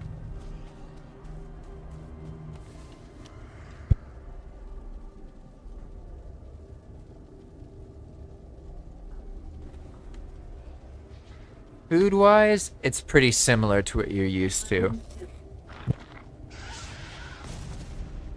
I would say the main difference with food is that you get stronger food earlier. So in Enigma, there's loads of serpents everywhere. So you get a lot of serpent stew once you get comfortable killing the serpents. You get a lot of like higher tier meats and other things earlier than you might normally. But aside from that, you still have to like make your food and everything. That's still very much part of the game. The main difference is that when you farm, if you make a beehive and you farm near the beehive, then you can make a special version of the plant called a pollinated plant. And that gives you, it's like having a whole field. So if you have one pollinated turnip, it'll give you 50 turnips. That way you don't have to spend a whole lot of time gardening and farming. You just have to make a basic farm, and it can be compact in a small area as long as there's a beehive there. And then it'll give you all that you need without having to spend significant amounts of time processing food and doing all that kind of thing. I like that part of Valheim personally, but I understand that for a lot of people, myself included, like I would play with one of my friends and he wouldn't really make food and stuff. We would just play when we played together, but then I would like do the preparation stuff because he didn't like doing it really, and it was kind of a pain. But that's how it was. So I can see how in some cases it's frustrating when multiple players worth of food load gets put on one person. It can get really out of balance. So that experience I had personally motivated me to make a way where like you can get the food really quickly. You still have to farm, you still have to cook, you still have to make a kitchen and everything, but then you can get things just much faster, you know, instead of getting 10 turnips for in your garden, you get like 500 turnips for the same amount of work. So I find that that makes it more enjoyable for people. In general, my philosophy with this is that you should give players more agency to figure out and have the flexibility to play the way that they want to. You shouldn't force them to play a certain way. So for example, there's the paths, and that's done so that you don't have to sail, right? You can just use the paths and never get in a boat. If you want to do that, that's fine. You have options. That being said, on this playthrough, I've sailed the entire time. I've barely touched the paths. I haven't used them. So you don't have to, but I find that when you're not forced to do things and you get to do them because you're interested in them, it just makes the game more fun. It's more enjoyable. So that's my overall philosophy with Enigma, is like open up Valheim, give the players more agency, more kind of mechanics, more depth, so that they can play Valheim for longer and get to enjoy the building in a more meaningful way. I found that when you have to fight a bit for the resources and there's danger and sometimes things can get blown up, then as long as you can learn how to prevent all that stuff, it becomes like part of the game and it adds depth to the building experience. And I think that it's more enjoyable that way. It feels more meaningful. That's one of the reasons I encourage people to play on the public server, just because seeing other people's builds, being able to do your own builds and play, it really is something special. It really shows the best parts of Valheim. As for the skills, you don't lose your skill when you die. I think dying should be fun. You lose your inventory. That's already enough of a punishment from my perspective. There's no need to do anything else. Unfortunately, I can't stop you from losing your current experience in that level. So like if I died right now, I would be a level 16 farming. I would be at level 16 farming with no experience. So I don't lose any level, but I do reset my current experience. And personally, I think that's way better. I really dislike the skill loss in Valheim on death. I think it's horrible. It just makes it so death is like really painful, and it makes you feel like shit, and it makes you feel like you kind of took away from something, and it's too much, if that makes sense. So that's why I'm really glad that they have a world modifier that allows you to make it so that when you die, you just lose your progress to the next level, but that's it. That means that you can get up to like level 80, and when you die, you're still going to be level 80. It's really nice. It feels more intact, keeps your sense of kind of character progression more, I don't know how to explain it, but when you lose part of your skills when you die, it's easy to just get frustrated or just be like, screw the skills, I don't even care about them. At least that's what happened to me. I didn't care about the skill system at all. And that's why I reworked death so that it's less artificially punishing, because the act of losing your whole inventory, that's already bad enough from my perspective. So default... Yeah, exactly. And like the idea is not to like make everything really fast. It's more to make it possible for things to be done quickly in many ways, so that if there's something about Valheim that you don't like, you have another option. You can do that the really fast way, and you don't have to spend your time doing that. I think Valheim in general can be a bit, it's like too linear for people. So it requires a lot of hours from them in a certain specific kind of way. And it sort of kind of shoots itself in the foot, so to speak, right? So in Enigma, it's meant to like open it up and give you more access to things. It's really punishing. You die really easily. Loads of things can destroy you. The further you venture out, the more crazy it gets. Monsters can have crazy unfair behaviors. They can assassinate you even in the best gear. There's all sorts of ridiculous things that can happen. But in general, you also have a lot more powerful abilities. So it creates this balance where if you learn the depth of it, you can overcome the danger. But at first, you feel totally overwhelmed by the danger. And that's how the progression in Enigma works. And it's made that way so that you can join on a vanilla character that you already beat Valheim with and still find your place in Enigma. You could join on a brand new character and still find your place in Enigma. You just kind of follow up where the world leads you and where you want to build and as you want to fill out the boss chests and progress, right? That's the main thing to do.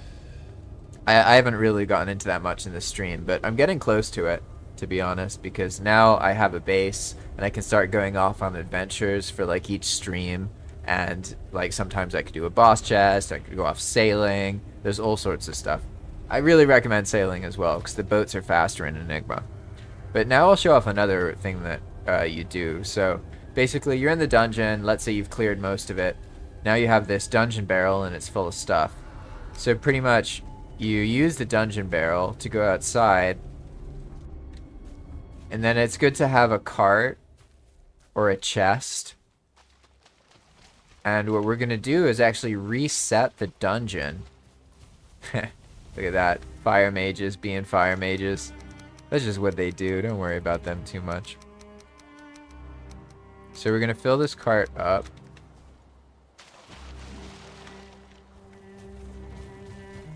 With all the stuff from the dungeon. We're gonna take it out. And then we'll just do it again.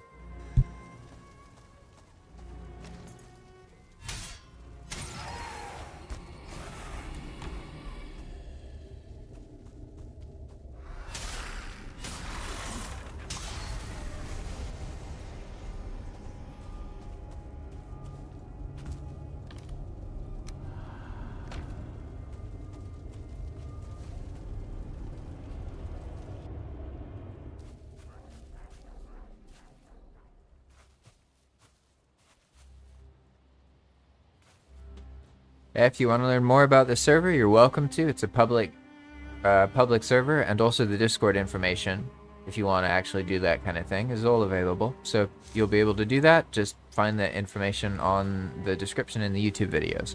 Good luck.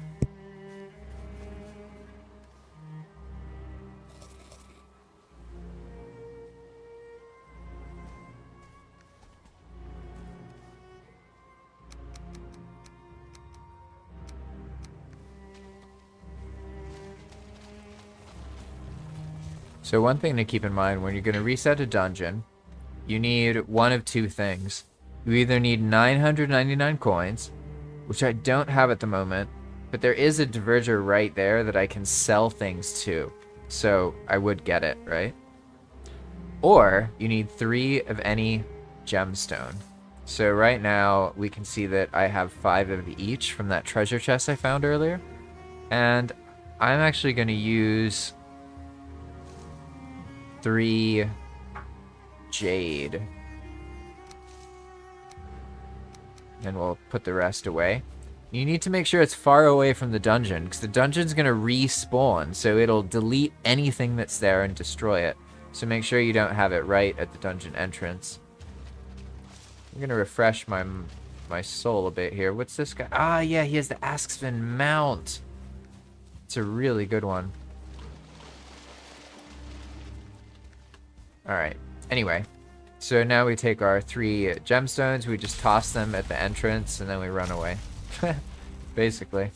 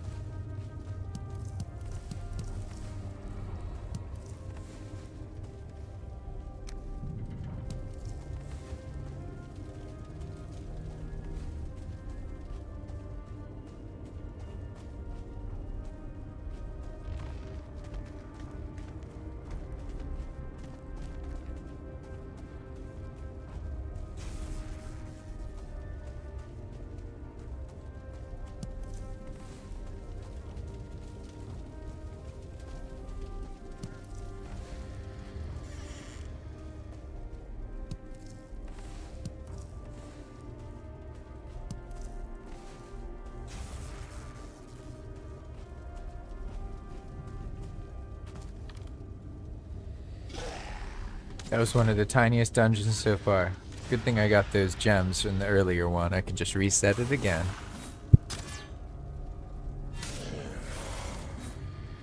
Hey, that's awesome. Thanks for checking it out.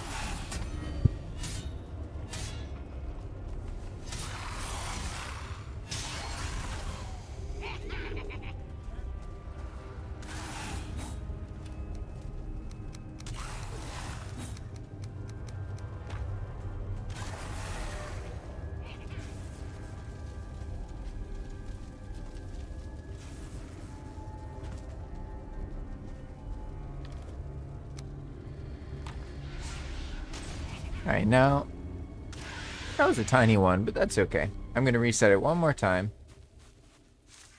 And then I'll process everything at the base. And I'll show you all how the conveyor works.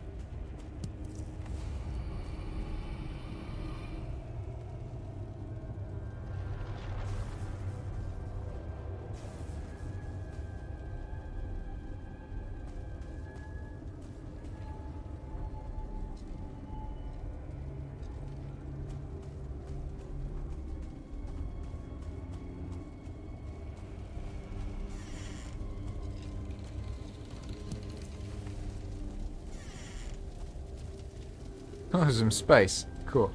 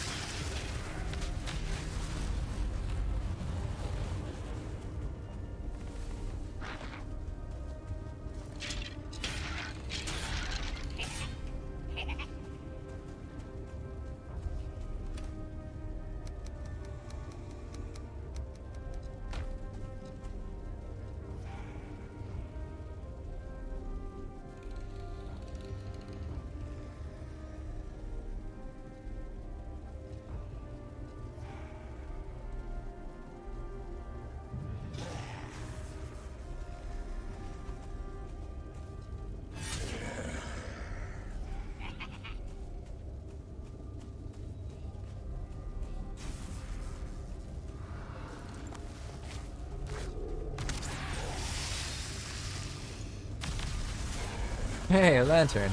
That's cool. I've done a bunch of dungeons and I haven't found one yet. That's awesome. Now I can build with them.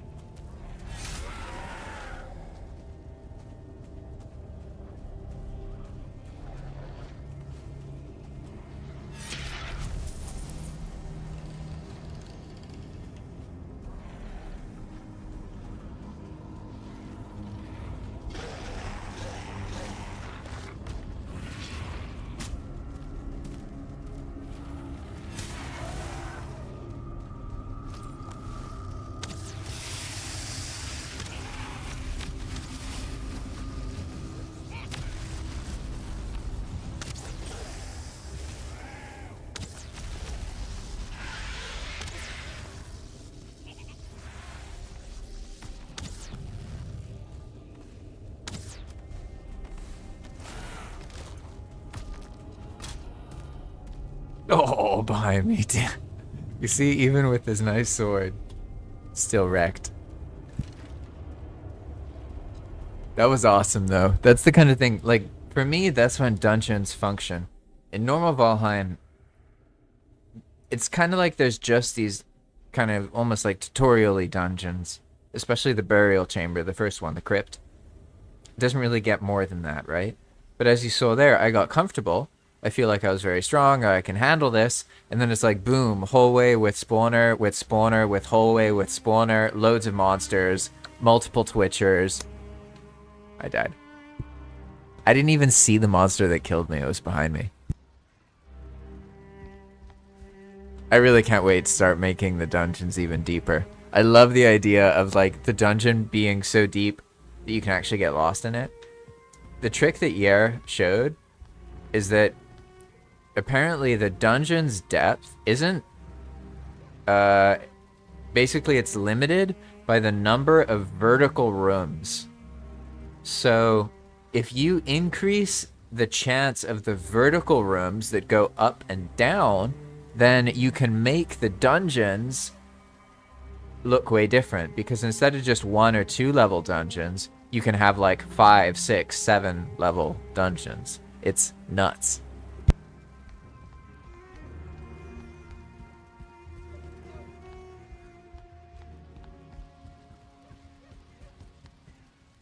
I think what I'm going to do is make a dungeon looting system where, like, you can basically summon a crate, fill it up, and then punch it or something, and then it'll teleport the stuff out of the dungeon down into the tombstone recall point outside. Like, that's how this stuff is here. So you don't have to go into the dungeon again naked. You can just have all your stuff. That way you don't have to deal with that shitty part of the experience, right? So I have to keep in mind that, like, bigger dungeon sounds cool, but when you actually do that, I already learned this from when I made the dungeons bigger in the first place, you get way more stuff that you have to loot, which isn't always a good thing. You have to give the players ways to process all the extra loot. Otherwise, you end up with, like, yeah, cool big dungeon, but what's the point in dungeoning for 20 minutes if that 20 minutes of dungeoning gives you, like, 90 minutes of stuff to process, right? So the idea is to make it easier to loot, to make up and counter for the fact that the dungeon might be 3 or 4 times the size it normally is. And the problem that I already know will happen is that when you're deep in the dungeon, it's a pain to go all the way back to the entrance and then come back and then do it again over and over and over again. It gets quite frustrating to do that. So I can take advantage of the fact that there's already these tombstone recall points, and I can use those as a receiver of, like, a special kind of looted chest, basically. Oh my god, they're all here. Holy smokes. I need a weak monster to hit me.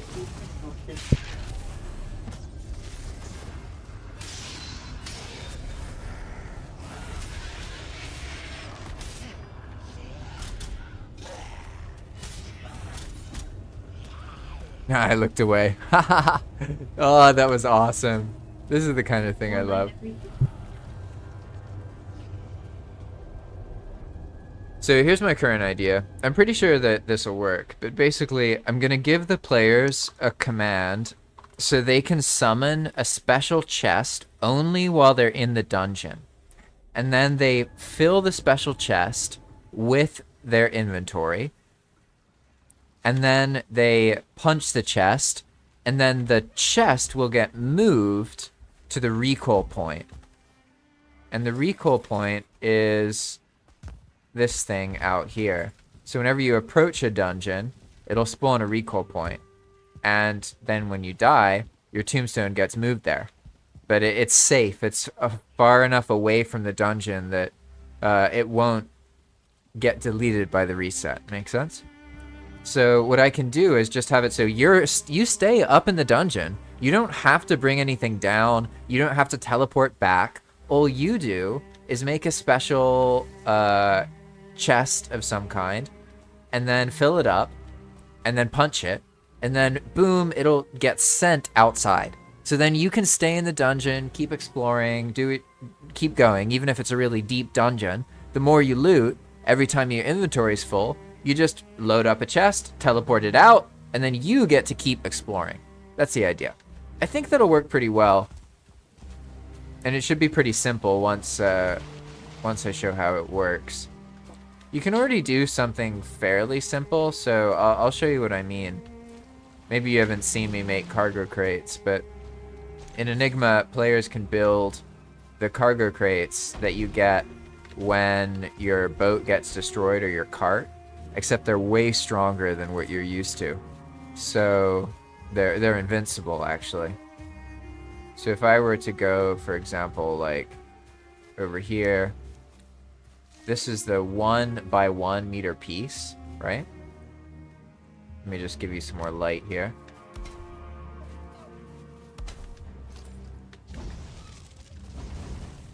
There we go.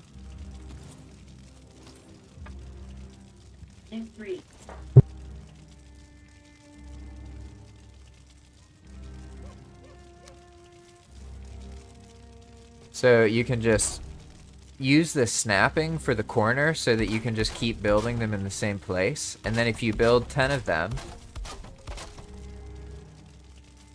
Oh, I built too many. Whoops.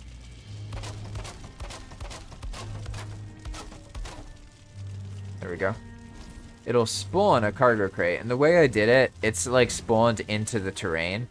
So it'll like correct itself in a second here. Just make sure this guy doesn't kill me. Ooh, he survived it. Oh, he's gonna get me. Oh no, I got him. He was about to kill me. There we go. So then you end up with the cargo crates. And they're invincible, so they can't be destroyed. You don't have to worry about that. If you want to get rid of them, just empty them out completely. And then it'll vanish. Okay? And so that's the kind of thing I would do. I'll just do something like this that the player can make only up in the dungeon. It's like, boom, a summonable container.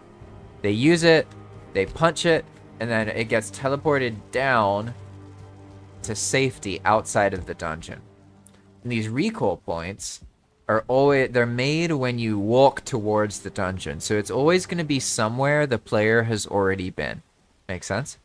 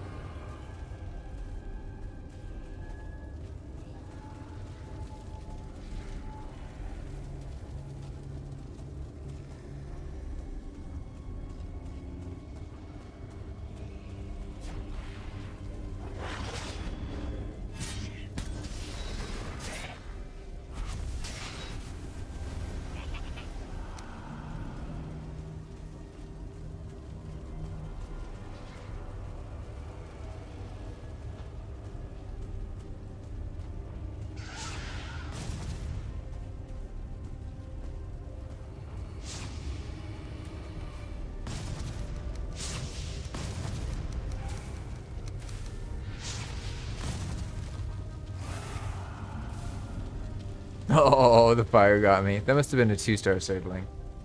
The star creatures can really get you, so you have to pay attention. There's a bunch of stuff there, though. That's nice. I'll just loot what's there, kill these mobs, and then I will process them and show the conveyors. The server goes down for maintenance in like an hour, I think. So probably I'll end the stream when that happens. Every Thursday night, I automatically take the server down for, it's like 12 hours. So that way I have some time when no one's online. I can update the scripts, I can update whatever plugins, I can reinstall Valheim, do some maintenance, that kind of thing.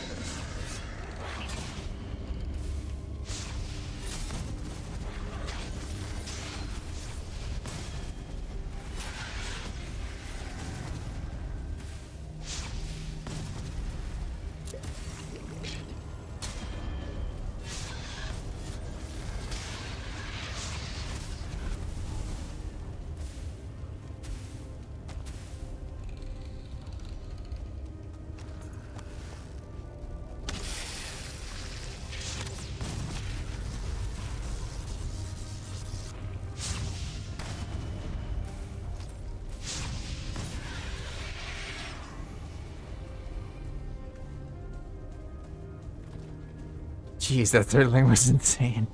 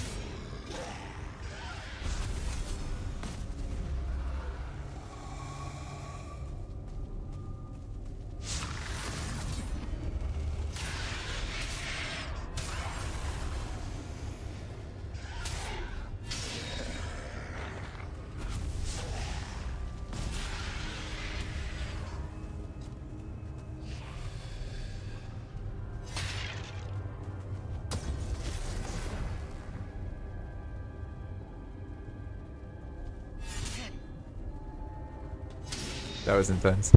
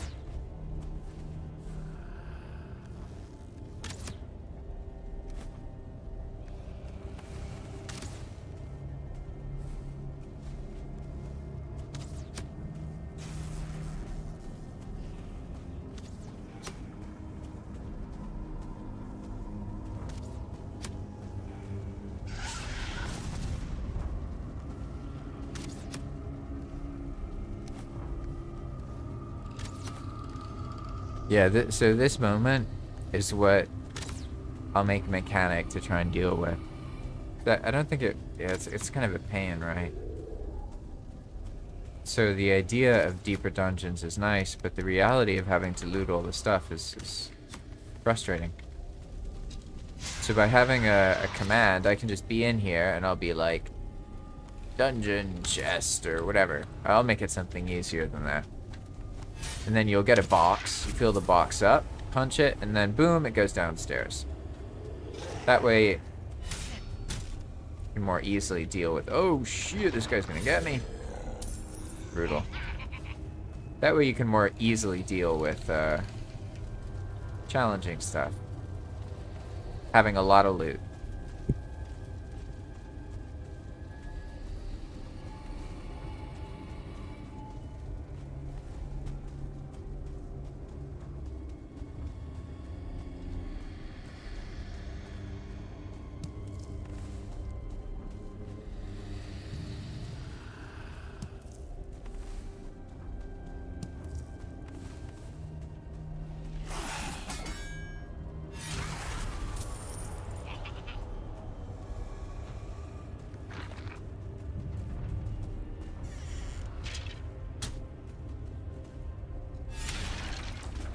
You know, the funny thing about working on this project is it showed me that Iron Gate actually did a really good job with the dungeons. The funny thing is that most players never see the depth of the dungeons that Iron Gate made. Because the players just go to a couple, they get some Surdling cores like this. I mean, technically, this is, you got 10 Surdling cores? I mean, maybe you want like 30. You know? And there you're good. Whole game. You don't need any more. Pretty much. You know? So it's like, that's kind of a recurring problem in Valheim from my perspective. That almost everything in the game is like a one-time use. You get it, and then you're done. It no longer really matters. They've wisened up on that. I will say, like, recent updates show that they're adding more item syncs. They're more aware of that kind of stuff, so they pay attention to it. Whereas a lot of the things that are already in the game, it's not like that. You know, you just get them once, you don't need them anymore. So that's why in Enigma, a lot of the things you get, like, I wouldn't loot this stuff, right? But I need the coal to make the metal, that kind of thing. And the Surtling cores, each one of them is 250 coins. So this is like enough coins to reset the dungeon or summon a Verger or buy some building materials. The silver necklaces are needed for empowering. The trophies can be used to summon like your own enemy or another aggressive enemy, or you can use them to summon raids, or you can sell them. The amber pearls and stuff are sellable. They're also used in a quest. Then this is sellable. This is sellable. Entrails are sellable. Gems are sellable or used to reset dungeons. Mushrooms are sellable. Bone fragments are sellable. Feathers are sellable. Grey dwarf eyes are sellable. Resin eyes is swappable. Or resin is swappable into tar. Wolf fang is sellable. Trophies are sellable. Chain is sellable. Charred bone is sellable. That's the idea. Like, you make it so there's a purpose, and not just one purpose for everything, but many purposes. That way the items feel more meaningful. You may want Grouston. In Enigma, you can get, 40 Surtling cores. This is enough to buy a stack or two of Grouston.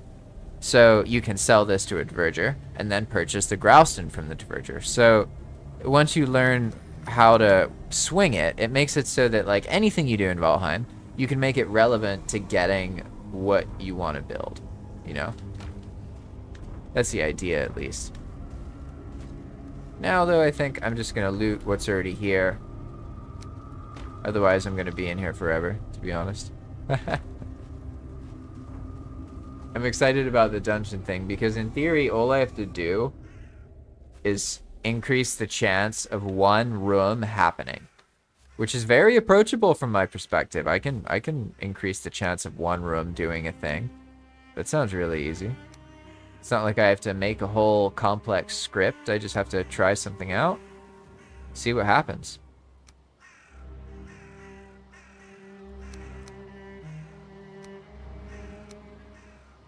And then there's also some development stuff that I'll work on. Let me actually write this. One second. I need to open the log real quick and take a little note here. Here we go. Bum-ba-da-bum. Implementation. Nice. There we go. Okay.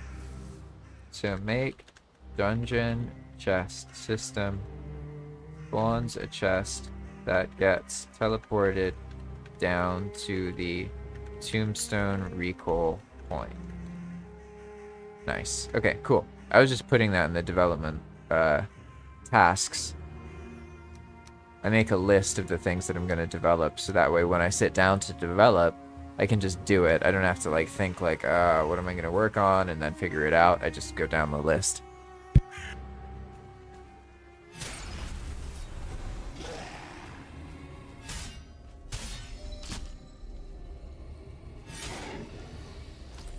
Those 2-star mobs hit so hard.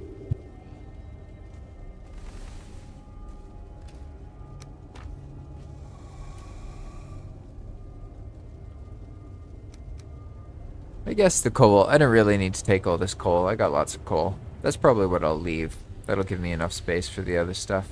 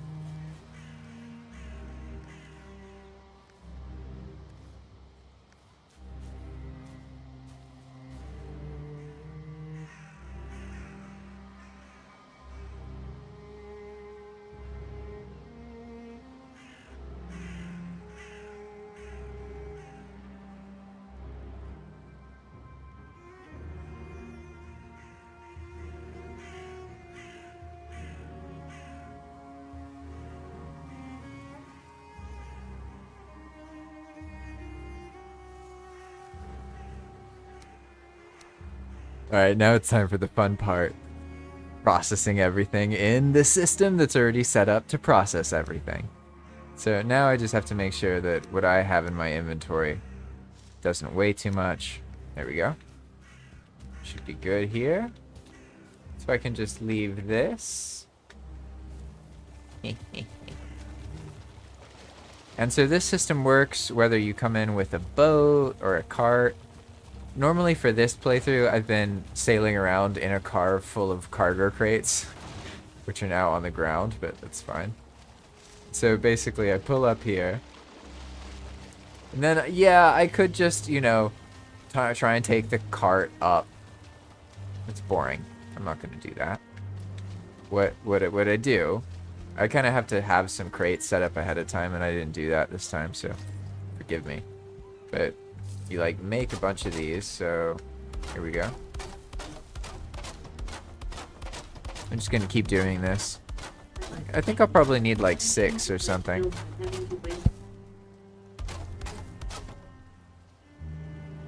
Yeah, exactly. The idea is to free you to do less of the parts of Valheim you don't like and more of the parts that you enjoy.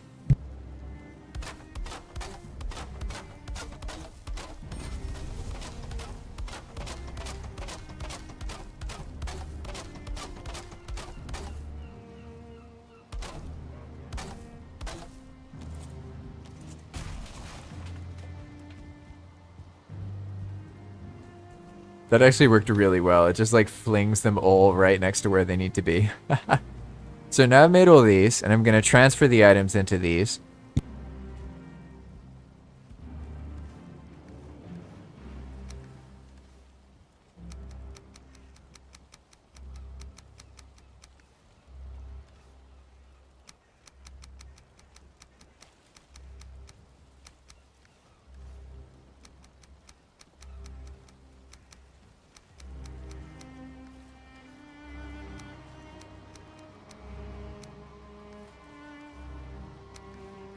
Obviously, with the cart, it doesn't make as much sense because I can just take it up into the base, right? But usually I would come in with a boat and it would be totally full of the crates already. So I wouldn't have to do the part where I like move them in the same way. So I would move them, but they'd already be set up, if that makes sense. There we go. So I got all the stuff, and here we go. We have it loaded up. And the idea is to make it so you don't have to think very much. You just kind of fill all the stuff up. I don't have to organize it yet. There's a system that will start the organization for me. Because the idea is to you need to get everything in the same container, so all the stacks come together, and then you don't have to think about that. It's like a way to get the game to do that process for you. So now what we do is we need all these to be in the water. All the ones that have something in them, at least. I think I made one that's empty. Yeah, right here. So let's get rid of it. There we go.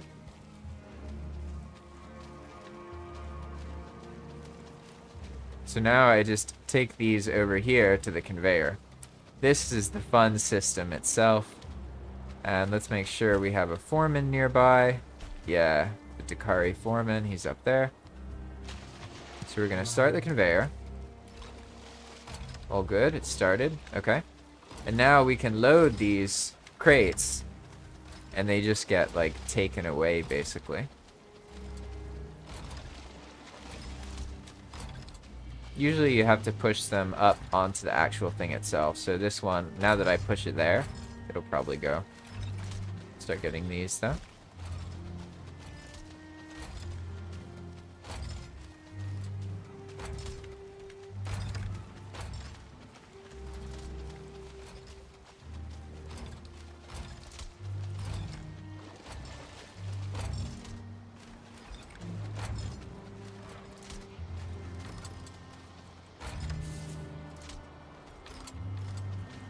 Did you see that? It got tossed over the edge. I didn't even know that could happen.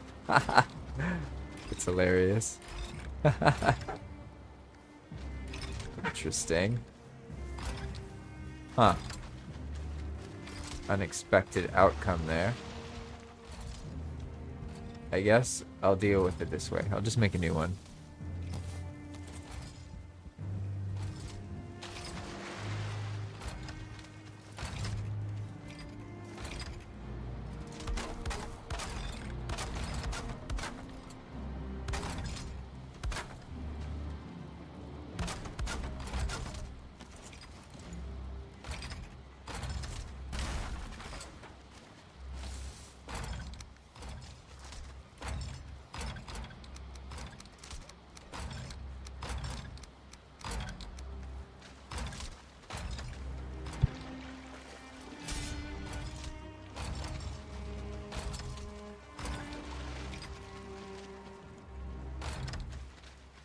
And I could actually improve this. I just didn't get the water level right.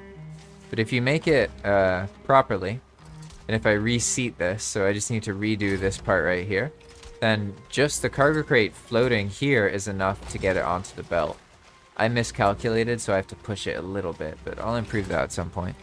And now that we did this, we can basically just wait a second here, make sure it's all cleared.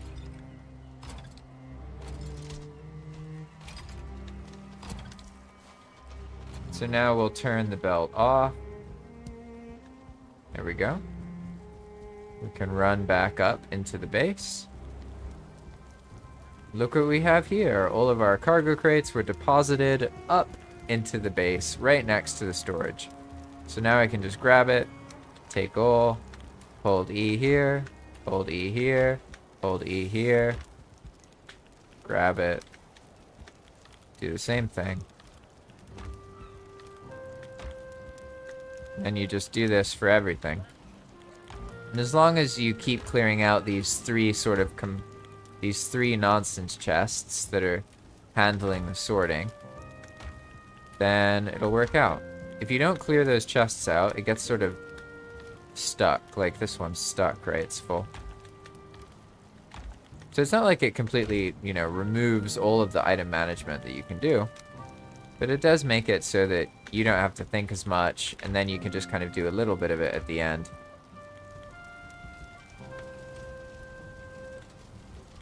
Here, for example, we have space for all these cores, so I can just do that.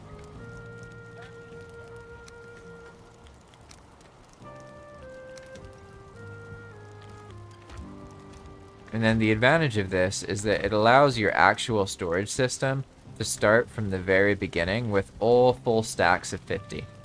Make sense?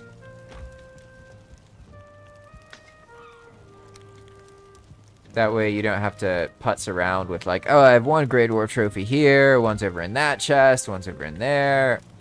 Ends up getting real confusing real fast.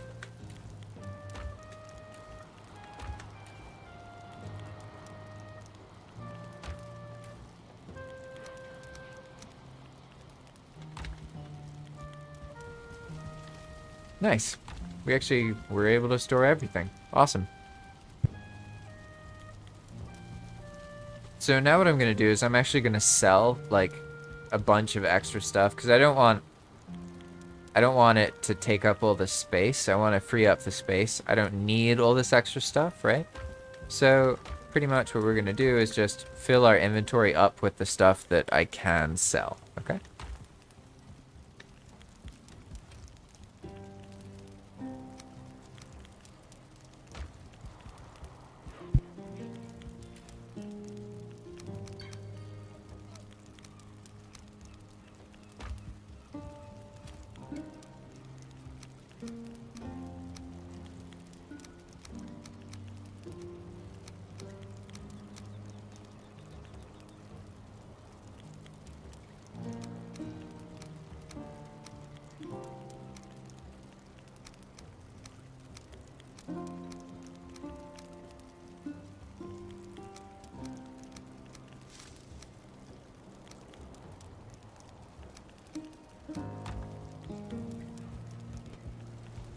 So this is where you'll see there's a mechanic where the diverger can get tired of selling things. So you have to make sure that you feed them every now and then, otherwise they're just going to vanish, like they're going to leave.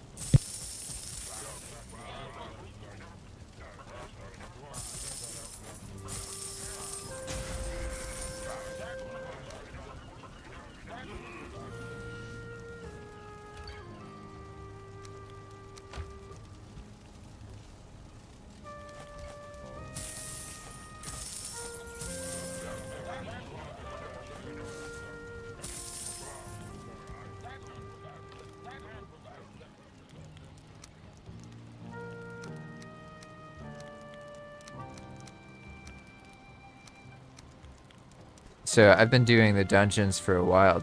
It's just a simple burial chamber, and the idea is to stockpile loads of stuff so that I have a solid foundation of coins. So then I can kind of go around and do kind of whatever I feel, and I don't have to take all the stuff.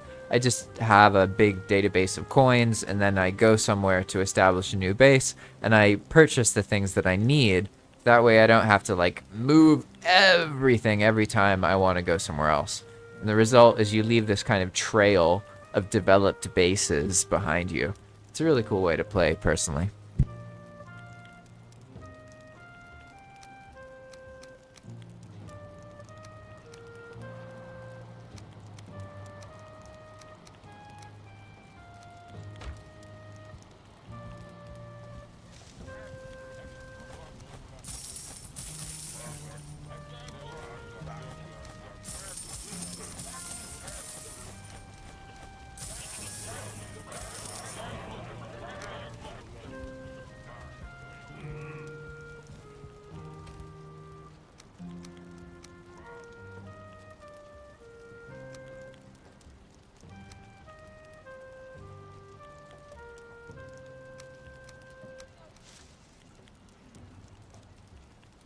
And so not everything sells. For example, if you notice, if I toss this resin, he turns it into 15 tar.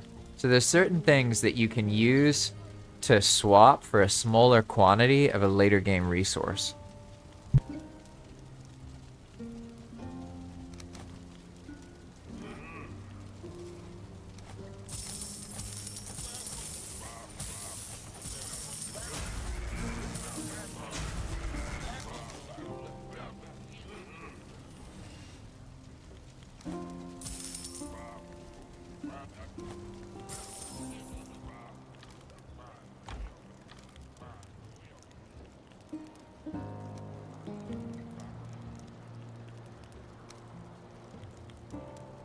As long as I do this every now and then I end up mostly with coins, and I leave space in the chest so that I can receive new things next time I go out on an adventure.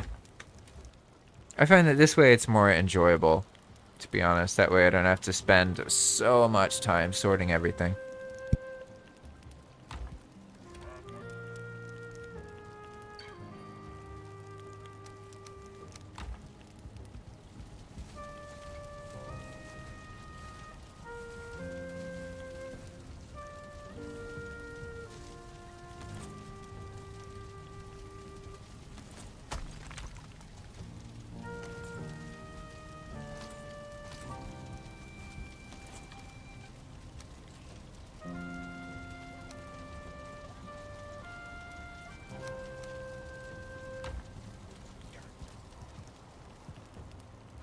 So there we go. We got loads of coins now. And this isn't just from those 2 or 3 dungeons. I think I've done like, probably like 15 resets or maybe 20, something like that. So, to be honest, it's probably too many coins, but hey, whatever. You get to build with it, so it's fun. So now what I'll show you is how to deposit your coins in your Diverger bank account. Because as I mentioned, if you can accumulate coins, you can actually deposit them. And then you don't need to carry everything with you. And you can travel somewhere else and then have like a bunch of wealth. It's kind of like having like a credit card or something. So here's how it works. You have to start by building the pile. So I messed up and I don't have any stamina. So let me fix that for a moment here.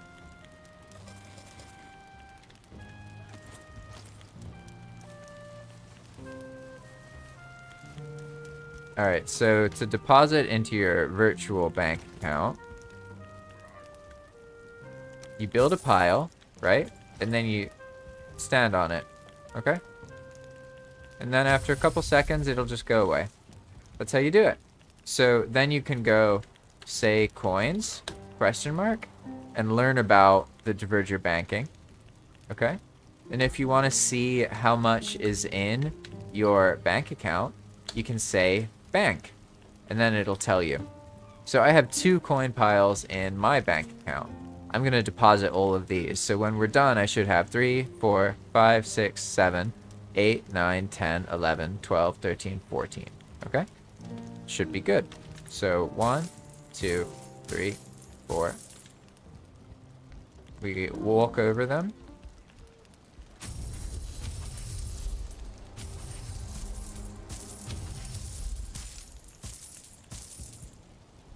Then we just keep doing that, walk over them to deposit each one.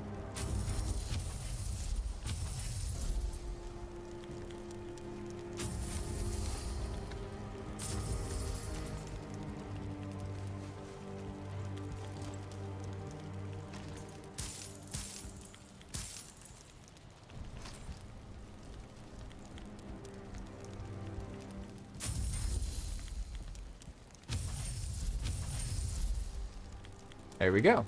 So now I can check my bank account. I have 15 coin piles. Look at that.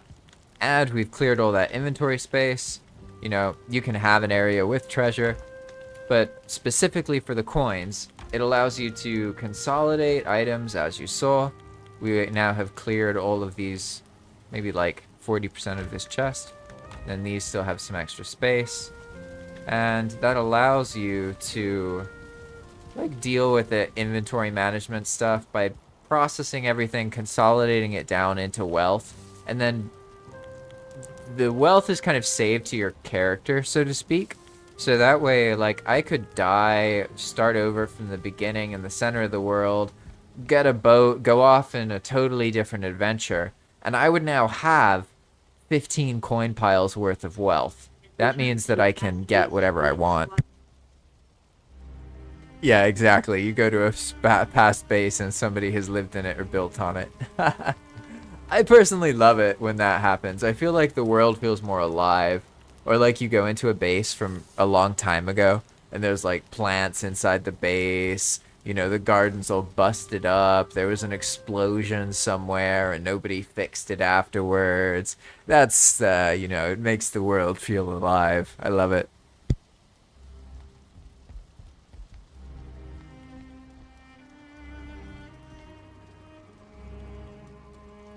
So, now that I've processed all this, I purchased all that stuff, it's definitely going to be adventure time, but I've been streaming enough and the server's about to go down. So I'm actually going to end this stream now, and remember, this is a public experience. You are welcome to try out Enigma Mode yourself. You can just get the mod pack from Thunderstore and download it, play it that way. Or if you want to, you could play with us on the server. If you play on the server, you don't need any of the Enigma Mode files because they're already on the server. Your character doesn't need them. They're not going to do anything for you. They might even cause problems if you try and use them. So when you play on the server here, just use the quality of life pack to begin. Or play completely vanilla, depending on your own personal preferences. And then if you want, you can start messing with it and adding your own mods. But please don't try and add like hundreds of mods to your client. It makes problems for me, and then I can't develop because I have to deal with the issues from players overusing the fact that I let people use whatever mods they want. So it's fine. I like people to be able to play how they want to, but at the same time, try not to make more work for me by mixing loads of crazy mods together and then just joining the server to see what happens. Because when that happens, I then have to deal with problems and other things. But I don't, like, that doesn't, it's not really that much of a deal. Mostly, I want players to be able to play the way that they enjoy Valheim. So as long as you do that and you're not getting in the way of other people, right? Then you're pretty much free to do what you want. All right? Thanks for watching, everybody. If you want to find the actual login information for the server, then all you have to do is look in the description of any of my YouTube videos, and you'll be able to find the invite link to the Discord channel, The Poolside. Additionally, consider checking out ValCon. It's an upcoming Valheim fan convention. You can submit your own content, you can join and just watch it, you could live stream. There's a lot of different ways that you can get involved. So if you want to learn more about that, then check out the recent video that I made that introduces the content submission. And if you want to learn more after that, then just Google ValCon, that's VAL-CON, and you'll probably find it that way. ValCon, Valheim Convention. Alright everybody, thanks for watching, and I'll see you in the next one. Bye-bye.